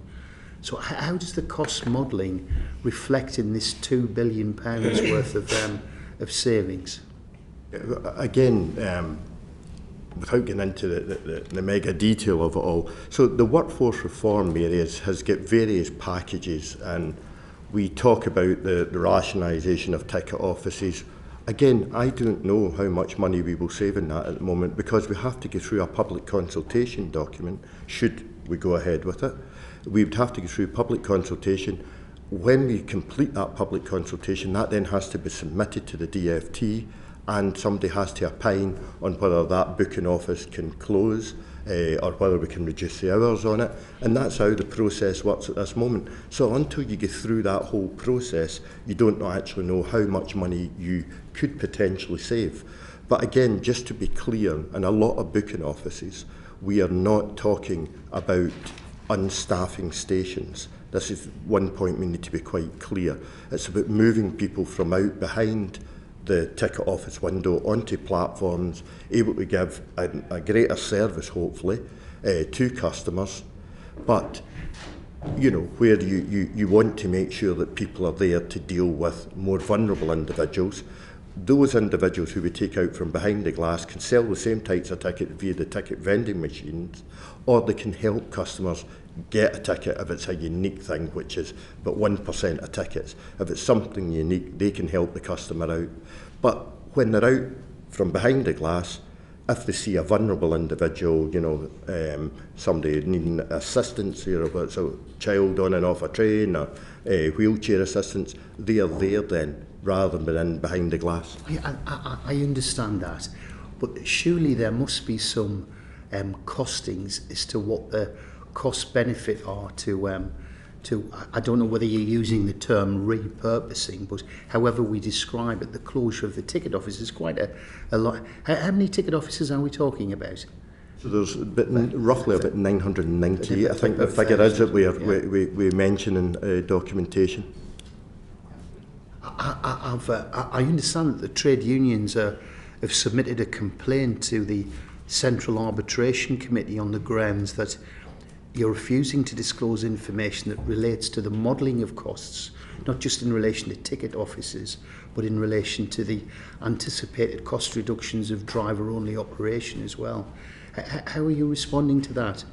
We're dealing with it at this current time. It's obviously something it's live, so we are dealing with it at this moment in time. We've heard from the trade unions previously, and indeed we've got the Rail Minister coming next week, but we had the Secretary of State giving evidence to the committee, and he's been quite definite, and he said, he told the committee on the 21st of December, I'm encouraging the trade unions and employees to get round the table, hammer out that deal on workforce reform, which delivers some of the financial savings that can help make a better pay offer.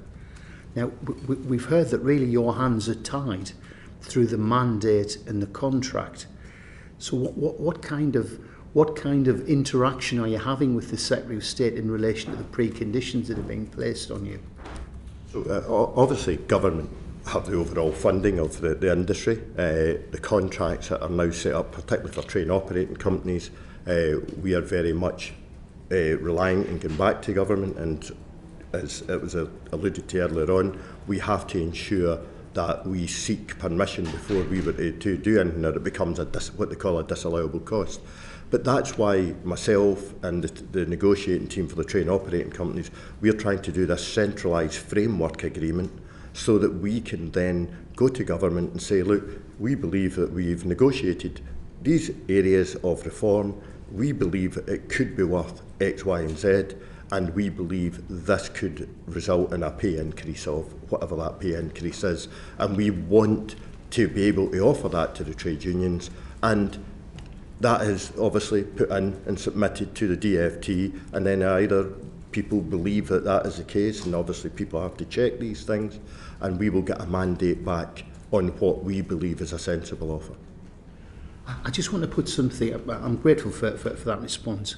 I just want to put something to you, just from previous evidence sessions, when we've had other train operators, notably Northern Rail, who were the principal operator in my area, and indeed Avanti. And when we've asked them about their view on driver-only operation, particularly for Northern Rail, where many of the stations, including those in my constituency, are unmanned, it isn't something that they think is either desirable or that the network is currently formulated and would support. Is there pressure from your own membership in relation to this precondition on accepting driver-only operation, or is this something that's been specified by the Secretary of State and the DFT? So the driver-only operation, or driver-controlled operation, is something that we have been speaking to the trade unions about for many, many years, as you know.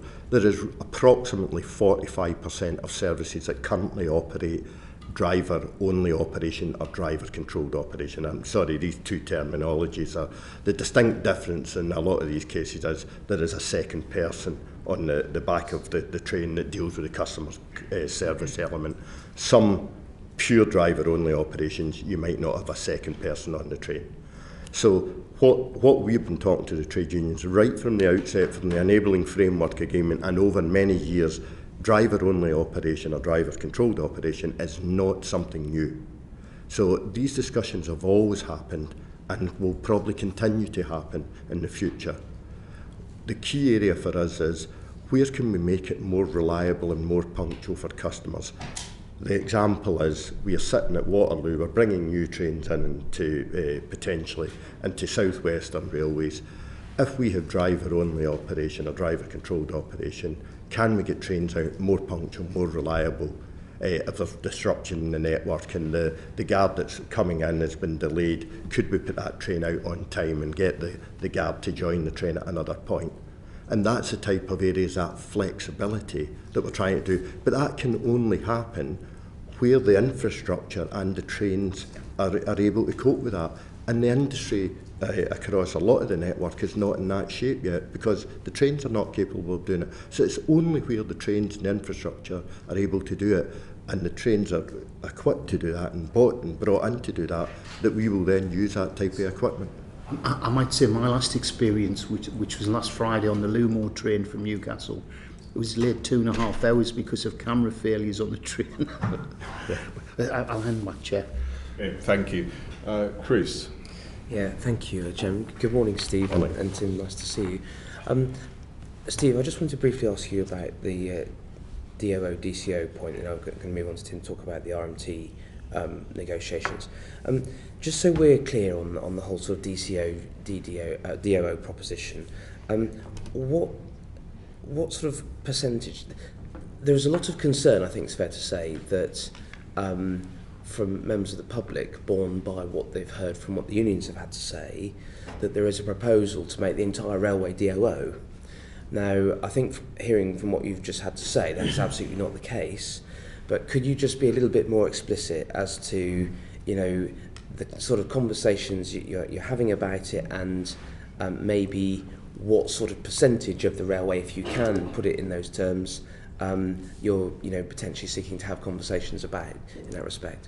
Yeah, I think where we're looking at the moment is, and again, just to be clear, even any of the proposals or the thinking is, and certainly in a lot of routes, is not to have only the driver on the train. We always see in a lot of occasions where we would see a second person for customer service revenue protection. So it's not to take people off the train fully. It's about punctuality, reliability. The trains themselves, the only way that you can move this forward, do the trains, are they fitted to be able to operate with cameras so that the driver can see all the doors? Yeah. So at the moment, and I don't have the exact figure, Chris, but at the moment there's a number of trains in service that we could probably use more effectively. If future trains are ordered in with that type of equipment and the infrastructure is capable of coping with that, then we would like to use that again to drive punctuality and reliability. It has been proven that with the driver opening and closing the doors. It saves the untrained person having to run away from a customer to go and operate the doors. So for example, the lines and trains, take the Waterloo-Weymouth line, Waterloo-Exeter line, for example, where the trains are not accommodated to do it, the infrastructure does not exist, there is no appetite whatsoever. There'll be no change. Where the trains are not equipped, and we have a lot of trains that are not equipped to be able to do that at this moment in time. Yeah, thank you very much. Tim, can I come to you next? Just add something there. I just want to be clear, because you've told my colleague there, Mr. Loader, that there's no plan to do it on every train. But yet the proposal actually says that the driver-only operation will be the default mode on every train.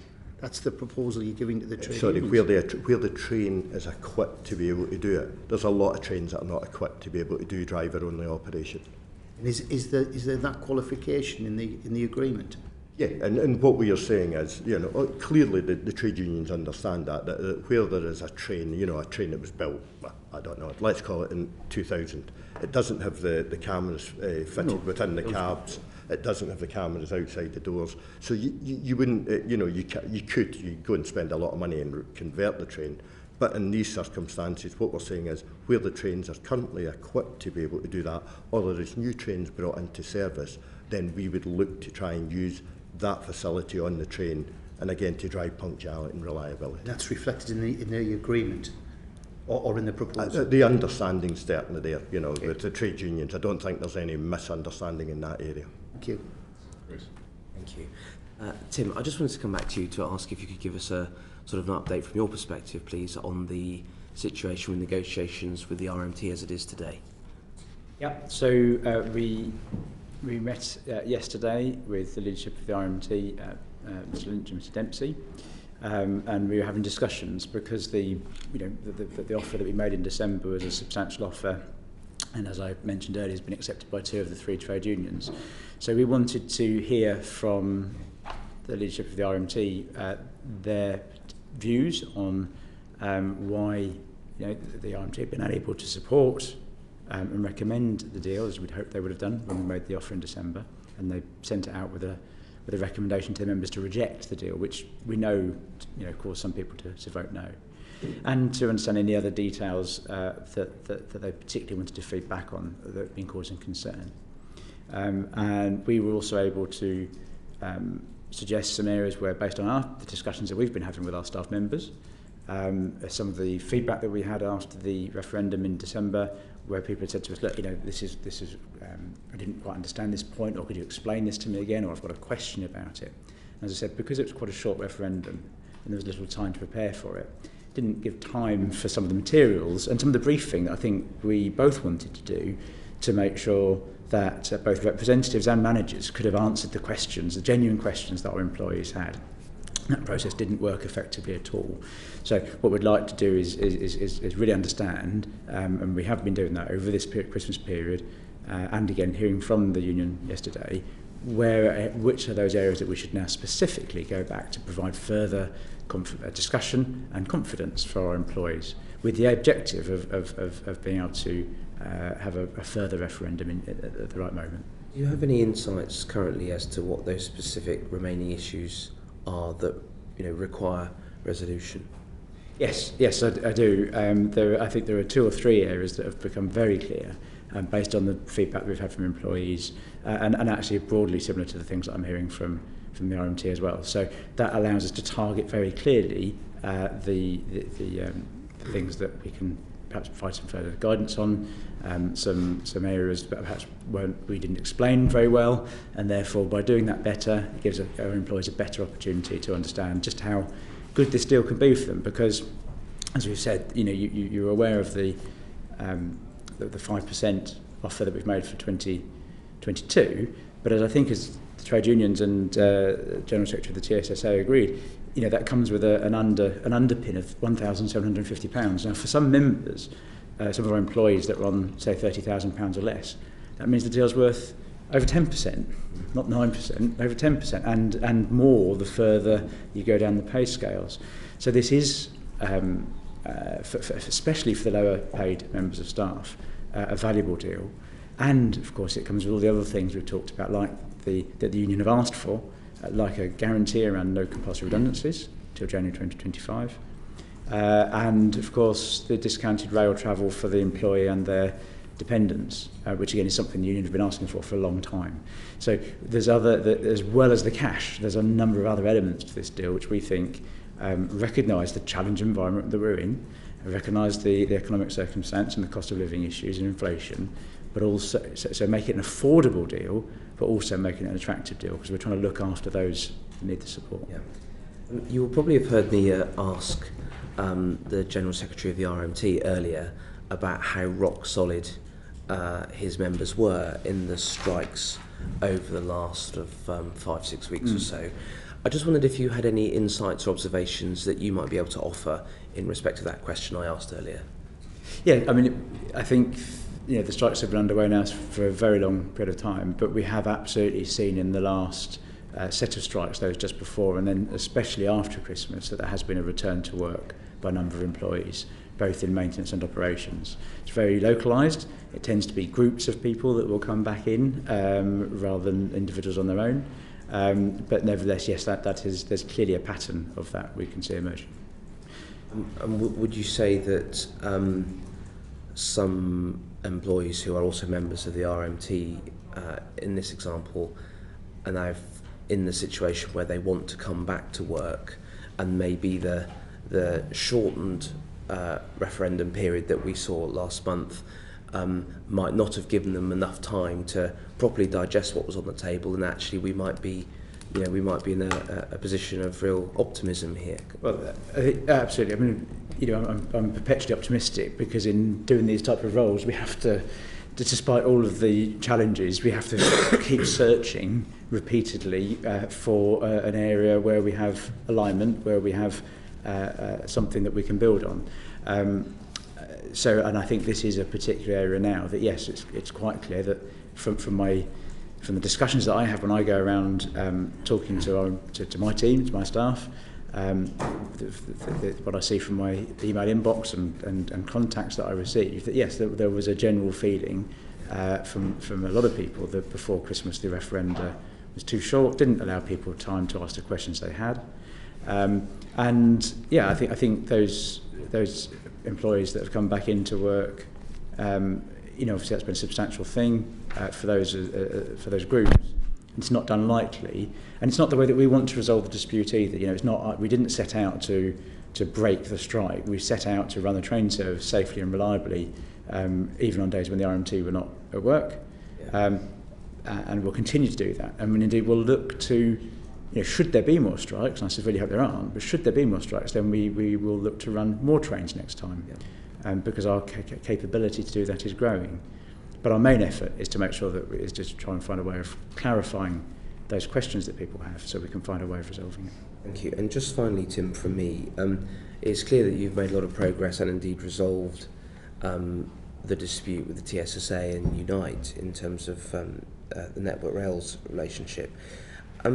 I just wondered if you would like to briefly share any insights as to why it may have been quicker or easier to come to a settlement with those unions rather than, as you're finding it, you haven't come to that conclusion at the moment with the RMT.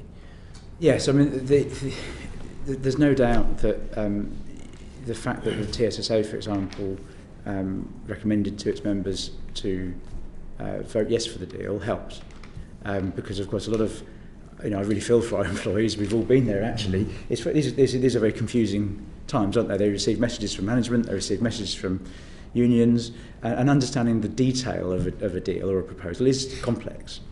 So therefore, sometimes employees will listen very clearly to what the union is saying, and when a union suggests, yes, we think this is a deal that you should support, that clearly brings with it a weighting, doesn't it? And TSSA did, and we had a high response, a very positive response from TSSA members. That was not the case with RMT. We'd hoped that RMT would support the deal. They weren't able to support the deal. In fact, they recommended to members to vote no. And despite that, 36% of members voted yes. And I think that's quite significant. And that's one of the things that gives me optimism to think we're on the right track. Thank you very much. Back to you. Thank you. Graham, did you have any supplementaries on this point before we turn to Mike and Gavin? Well, I was just wondering about the additional costs, particularly on strike days, of accommodating people in hotels. We heard from the earlier panel of supplementary sums that were being paid to replacement train drivers. Is there an estimate of the costs that the employers are incurring in such additional expense? I don't have an estimate of the cost, but obviously the reason why we do that is to try and provide a service for customers on these strike days. So there is a cost for that, but there's also an even bigger cost if we weren't to do that, and the lost revenue that we would see.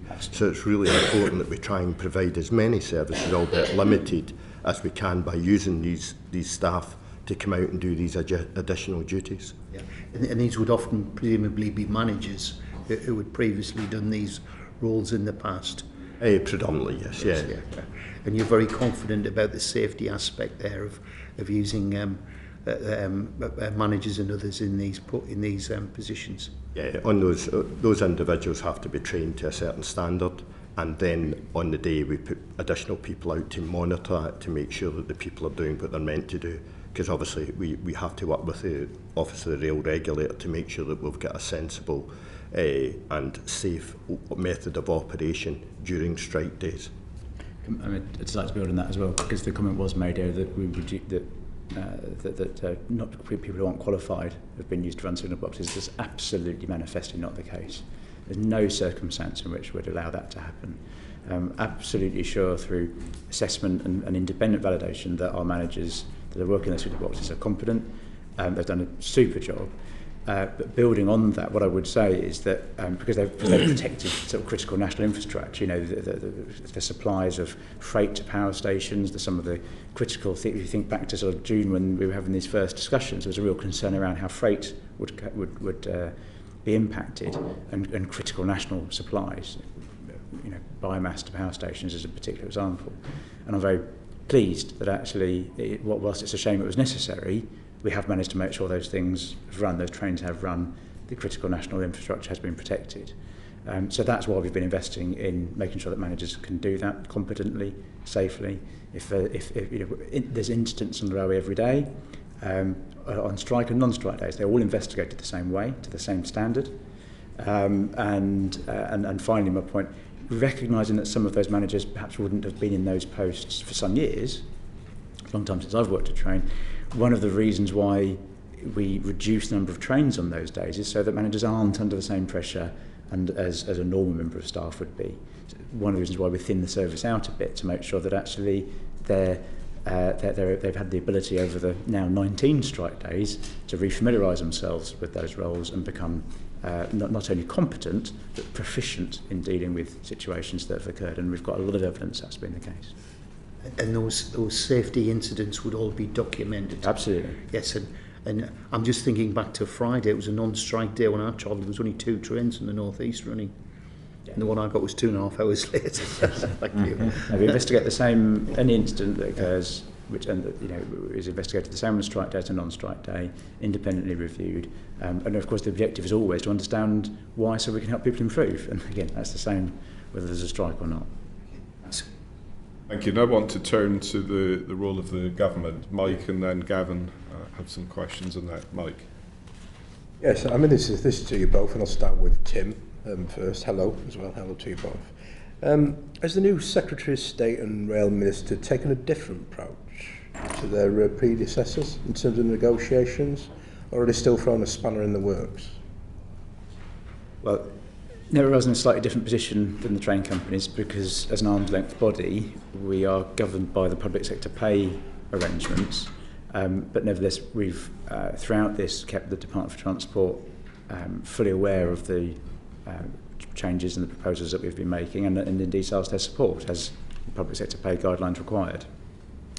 I think I have seen the most notable difference, of course, is that the current Secretary of State and current Rail Minister have met physically with the trade union leaders, which didn't occur before. But other than that, I can see no difference, because throughout this process we have as I've said a number of times to this committee, there's enough money in the railway to do what needs to be done. The challenge is to create efficiency and do that safely, so we improve the service to passengers and freight customers.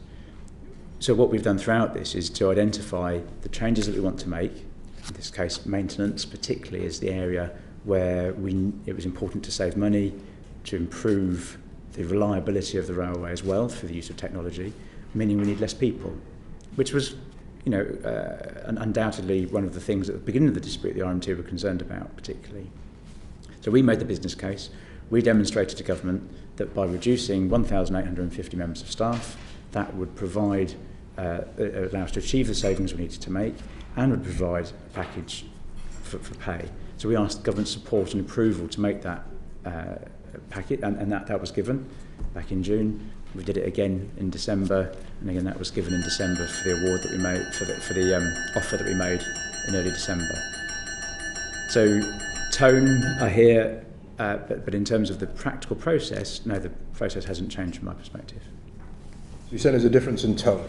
Well, notably, quite obviously, insofar as the fact that the current Secretary of State and the current Rail Minister have met on a number of occasions with the trade unions directly. That didn't occur before. But that didn't help me resolve the disputes with the TSSA or Unite.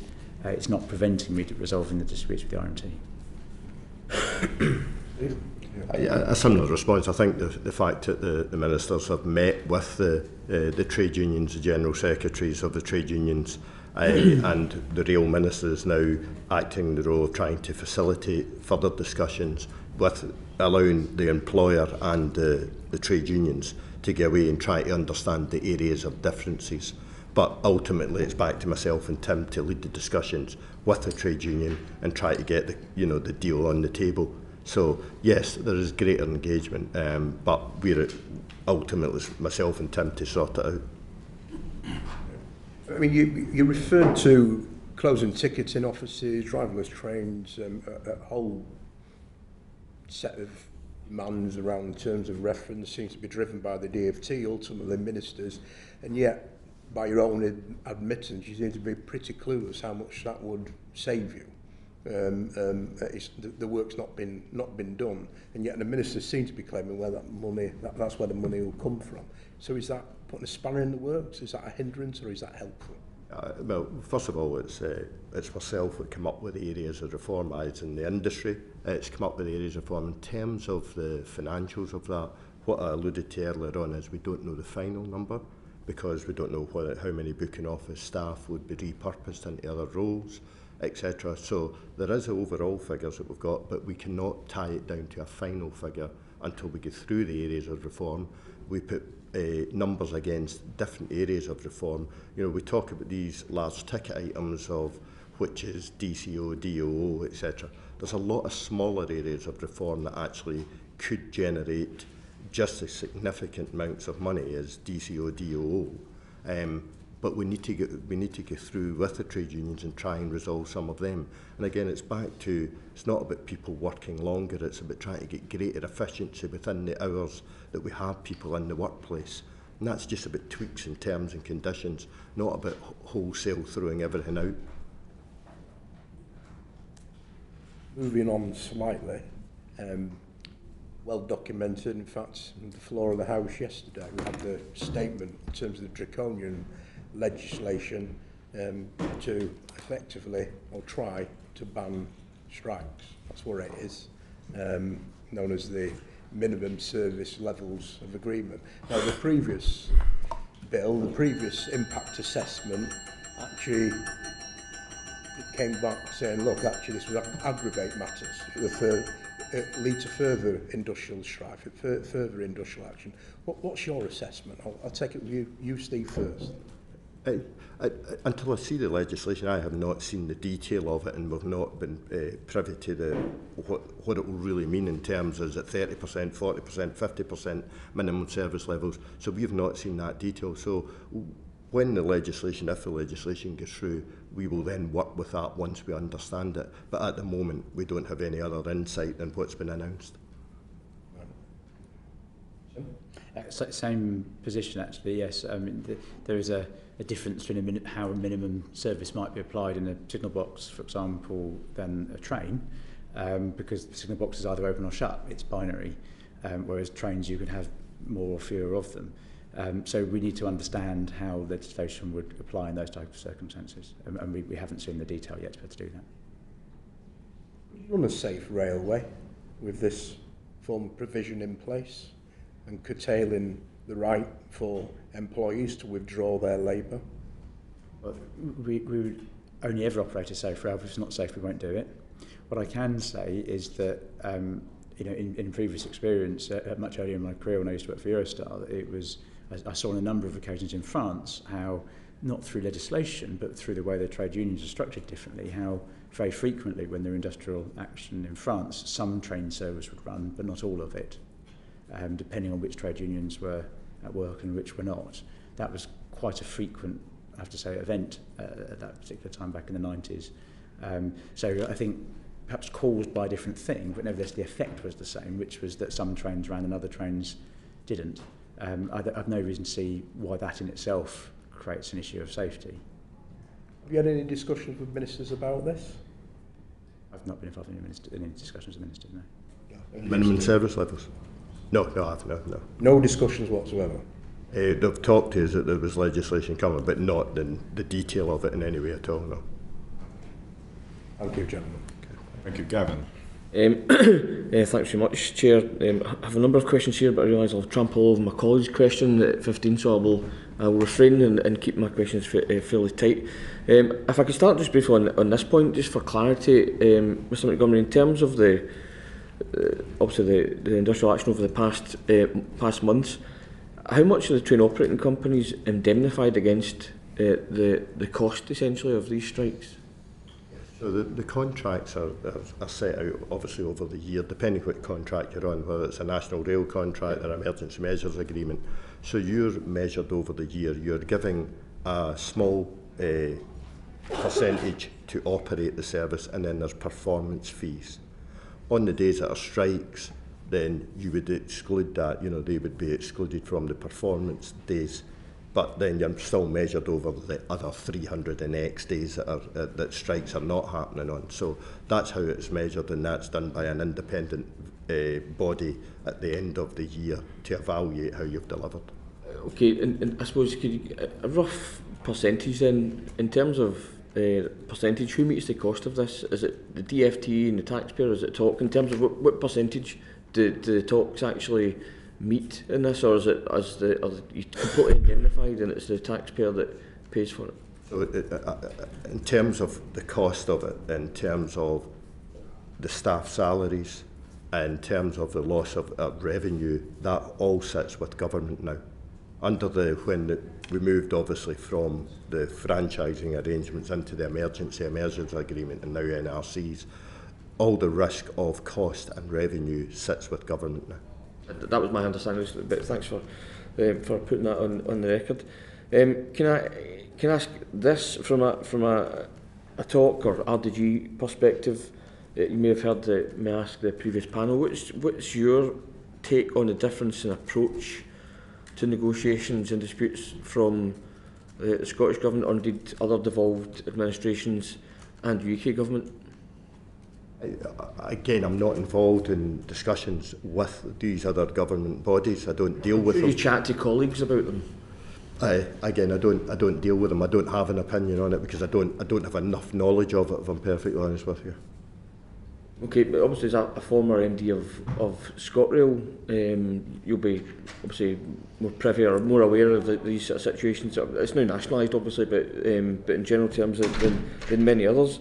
So just the agreement, the ScotRail agreement that's now in place is made up of a percentage that's being paid by ScotRail and a percentage that's been paid by Scottish Government or Transport Scotland government agency. As a former MD of ScotRail, would you agree that if ScotRail's significantly inflated track access charges were more in line with the rest of the UK rail industry, they'd be able to pay more of that settlement from their own resources? I don't know what ScotRail's track access charges are, to be perfectly honest with you. That's a matter for Scottish Government and with Network Rail, I, as the chair of RDG, do not get involved in that element of it. I'm not playing poker with you, Mr. Montgomery. But I suppose this last question for Mr. Shoveler, the point was made in the last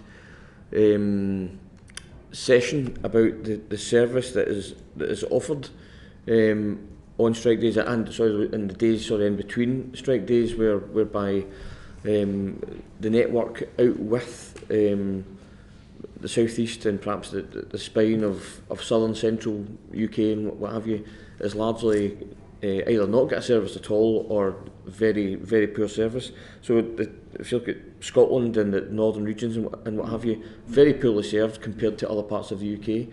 Why is that?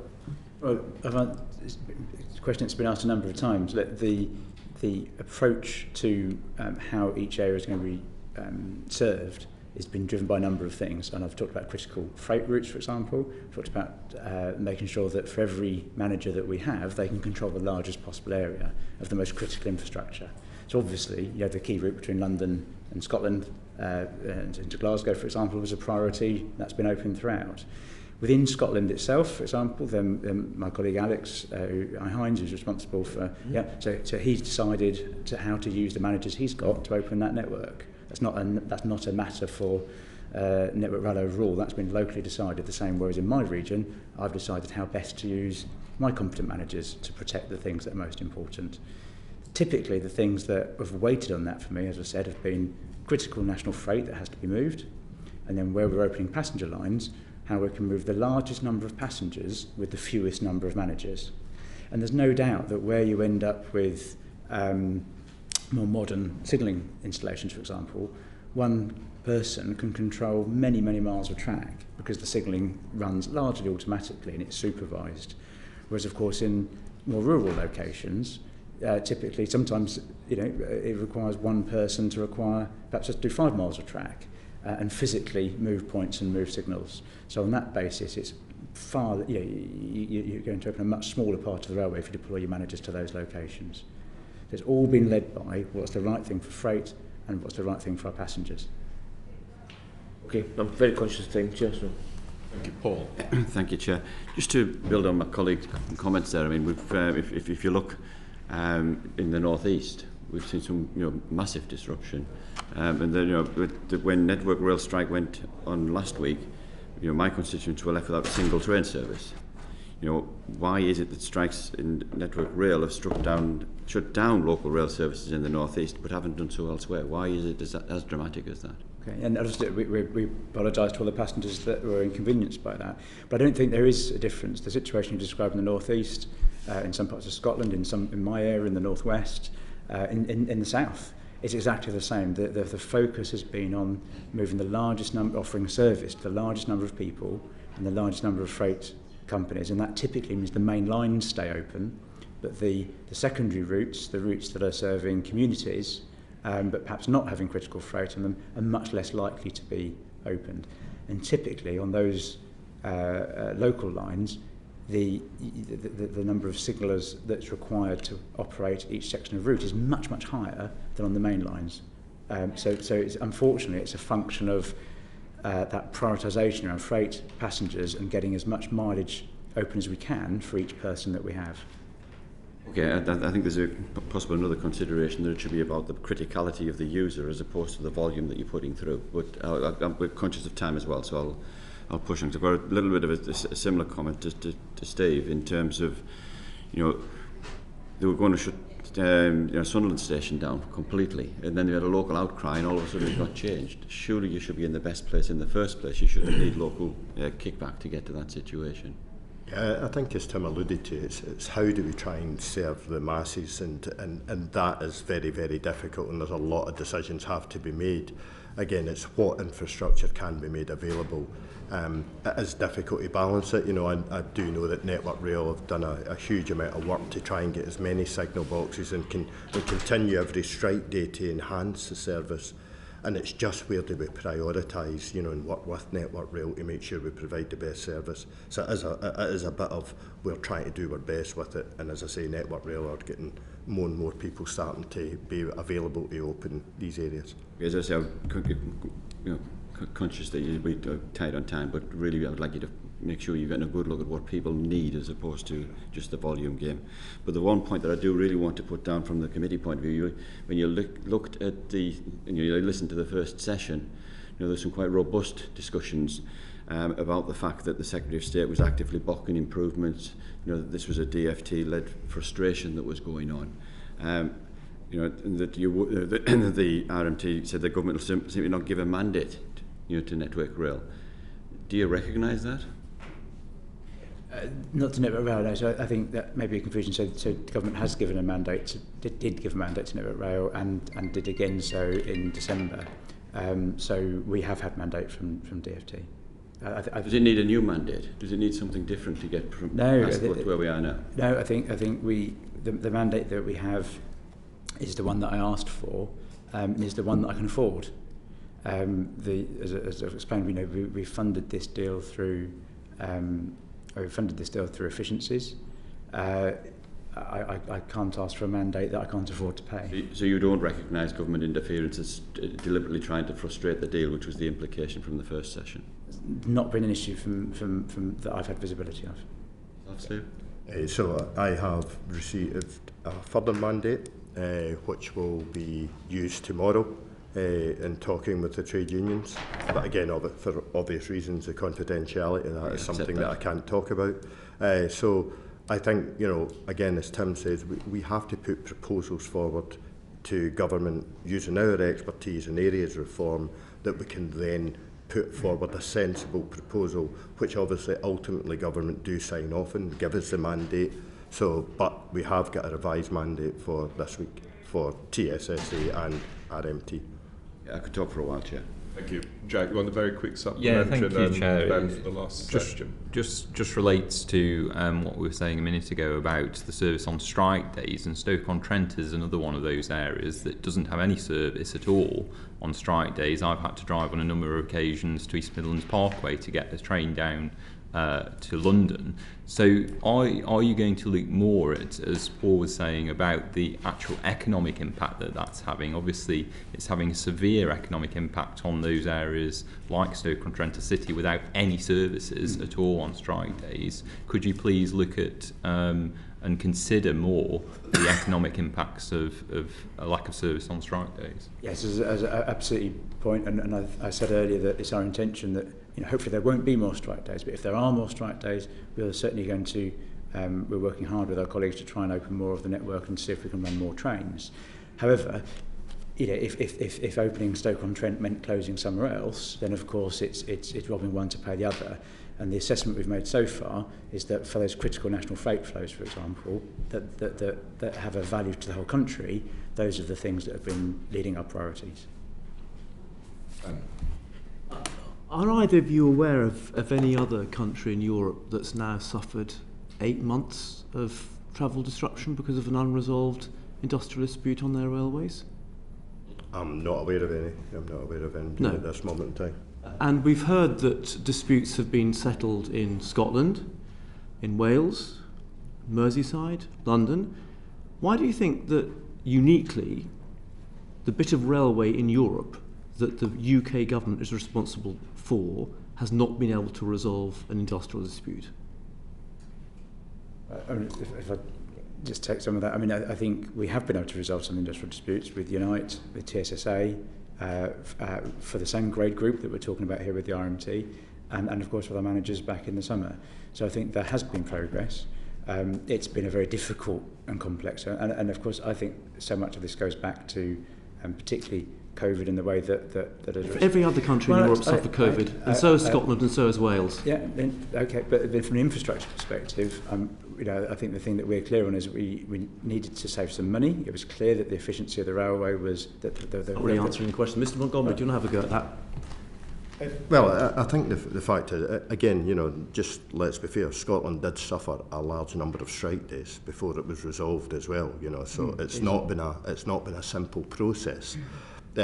What we've got to do is, how do we make this railway, to protect it for the future, how do we economically protect it? by making sure that we work together with the trade unions. That's a really important thing, is we work with the trade unions to try and secure the long-term future of the industry and the employees within the industry. And that's where we're trying to move towards at this moment in time. Why do you think the disputes have been settled in Scotland and Wales and London and Merseyside and not in England?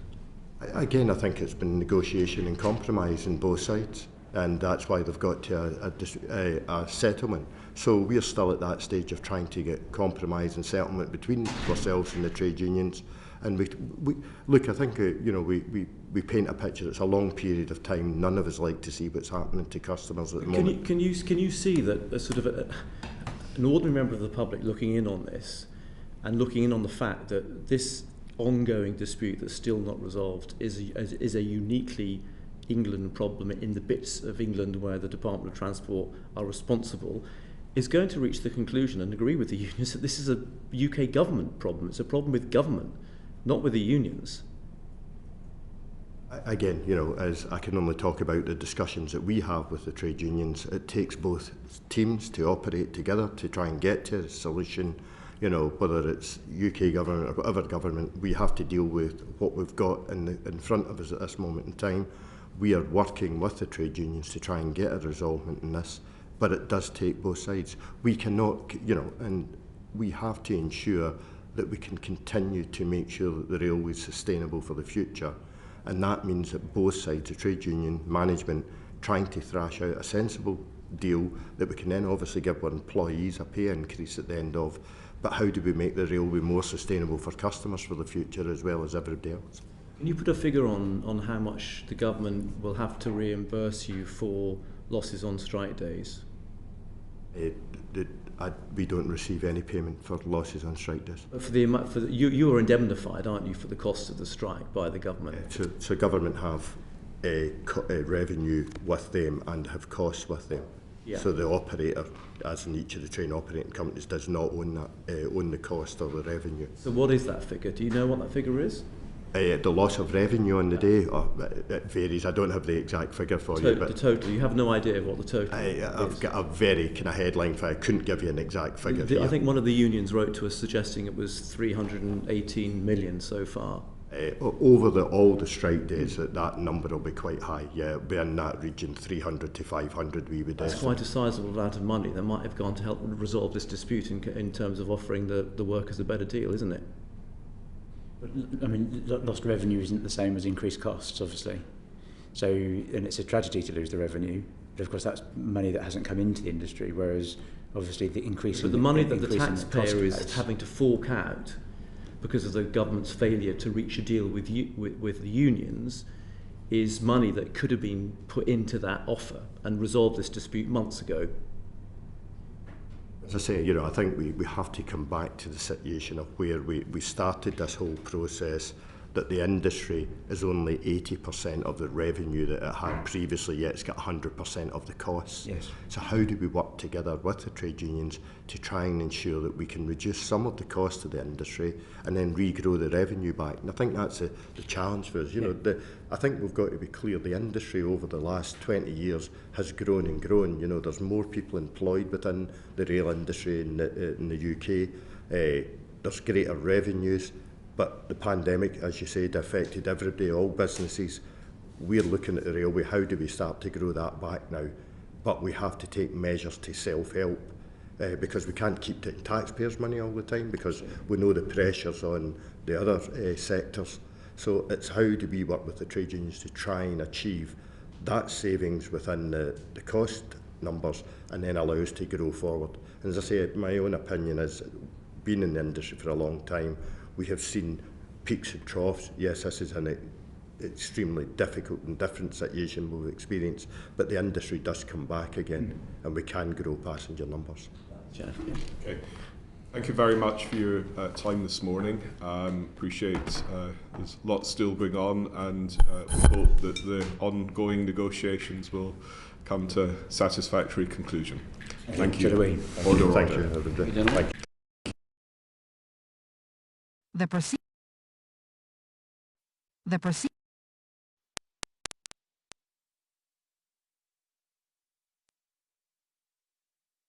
proceeding has ended.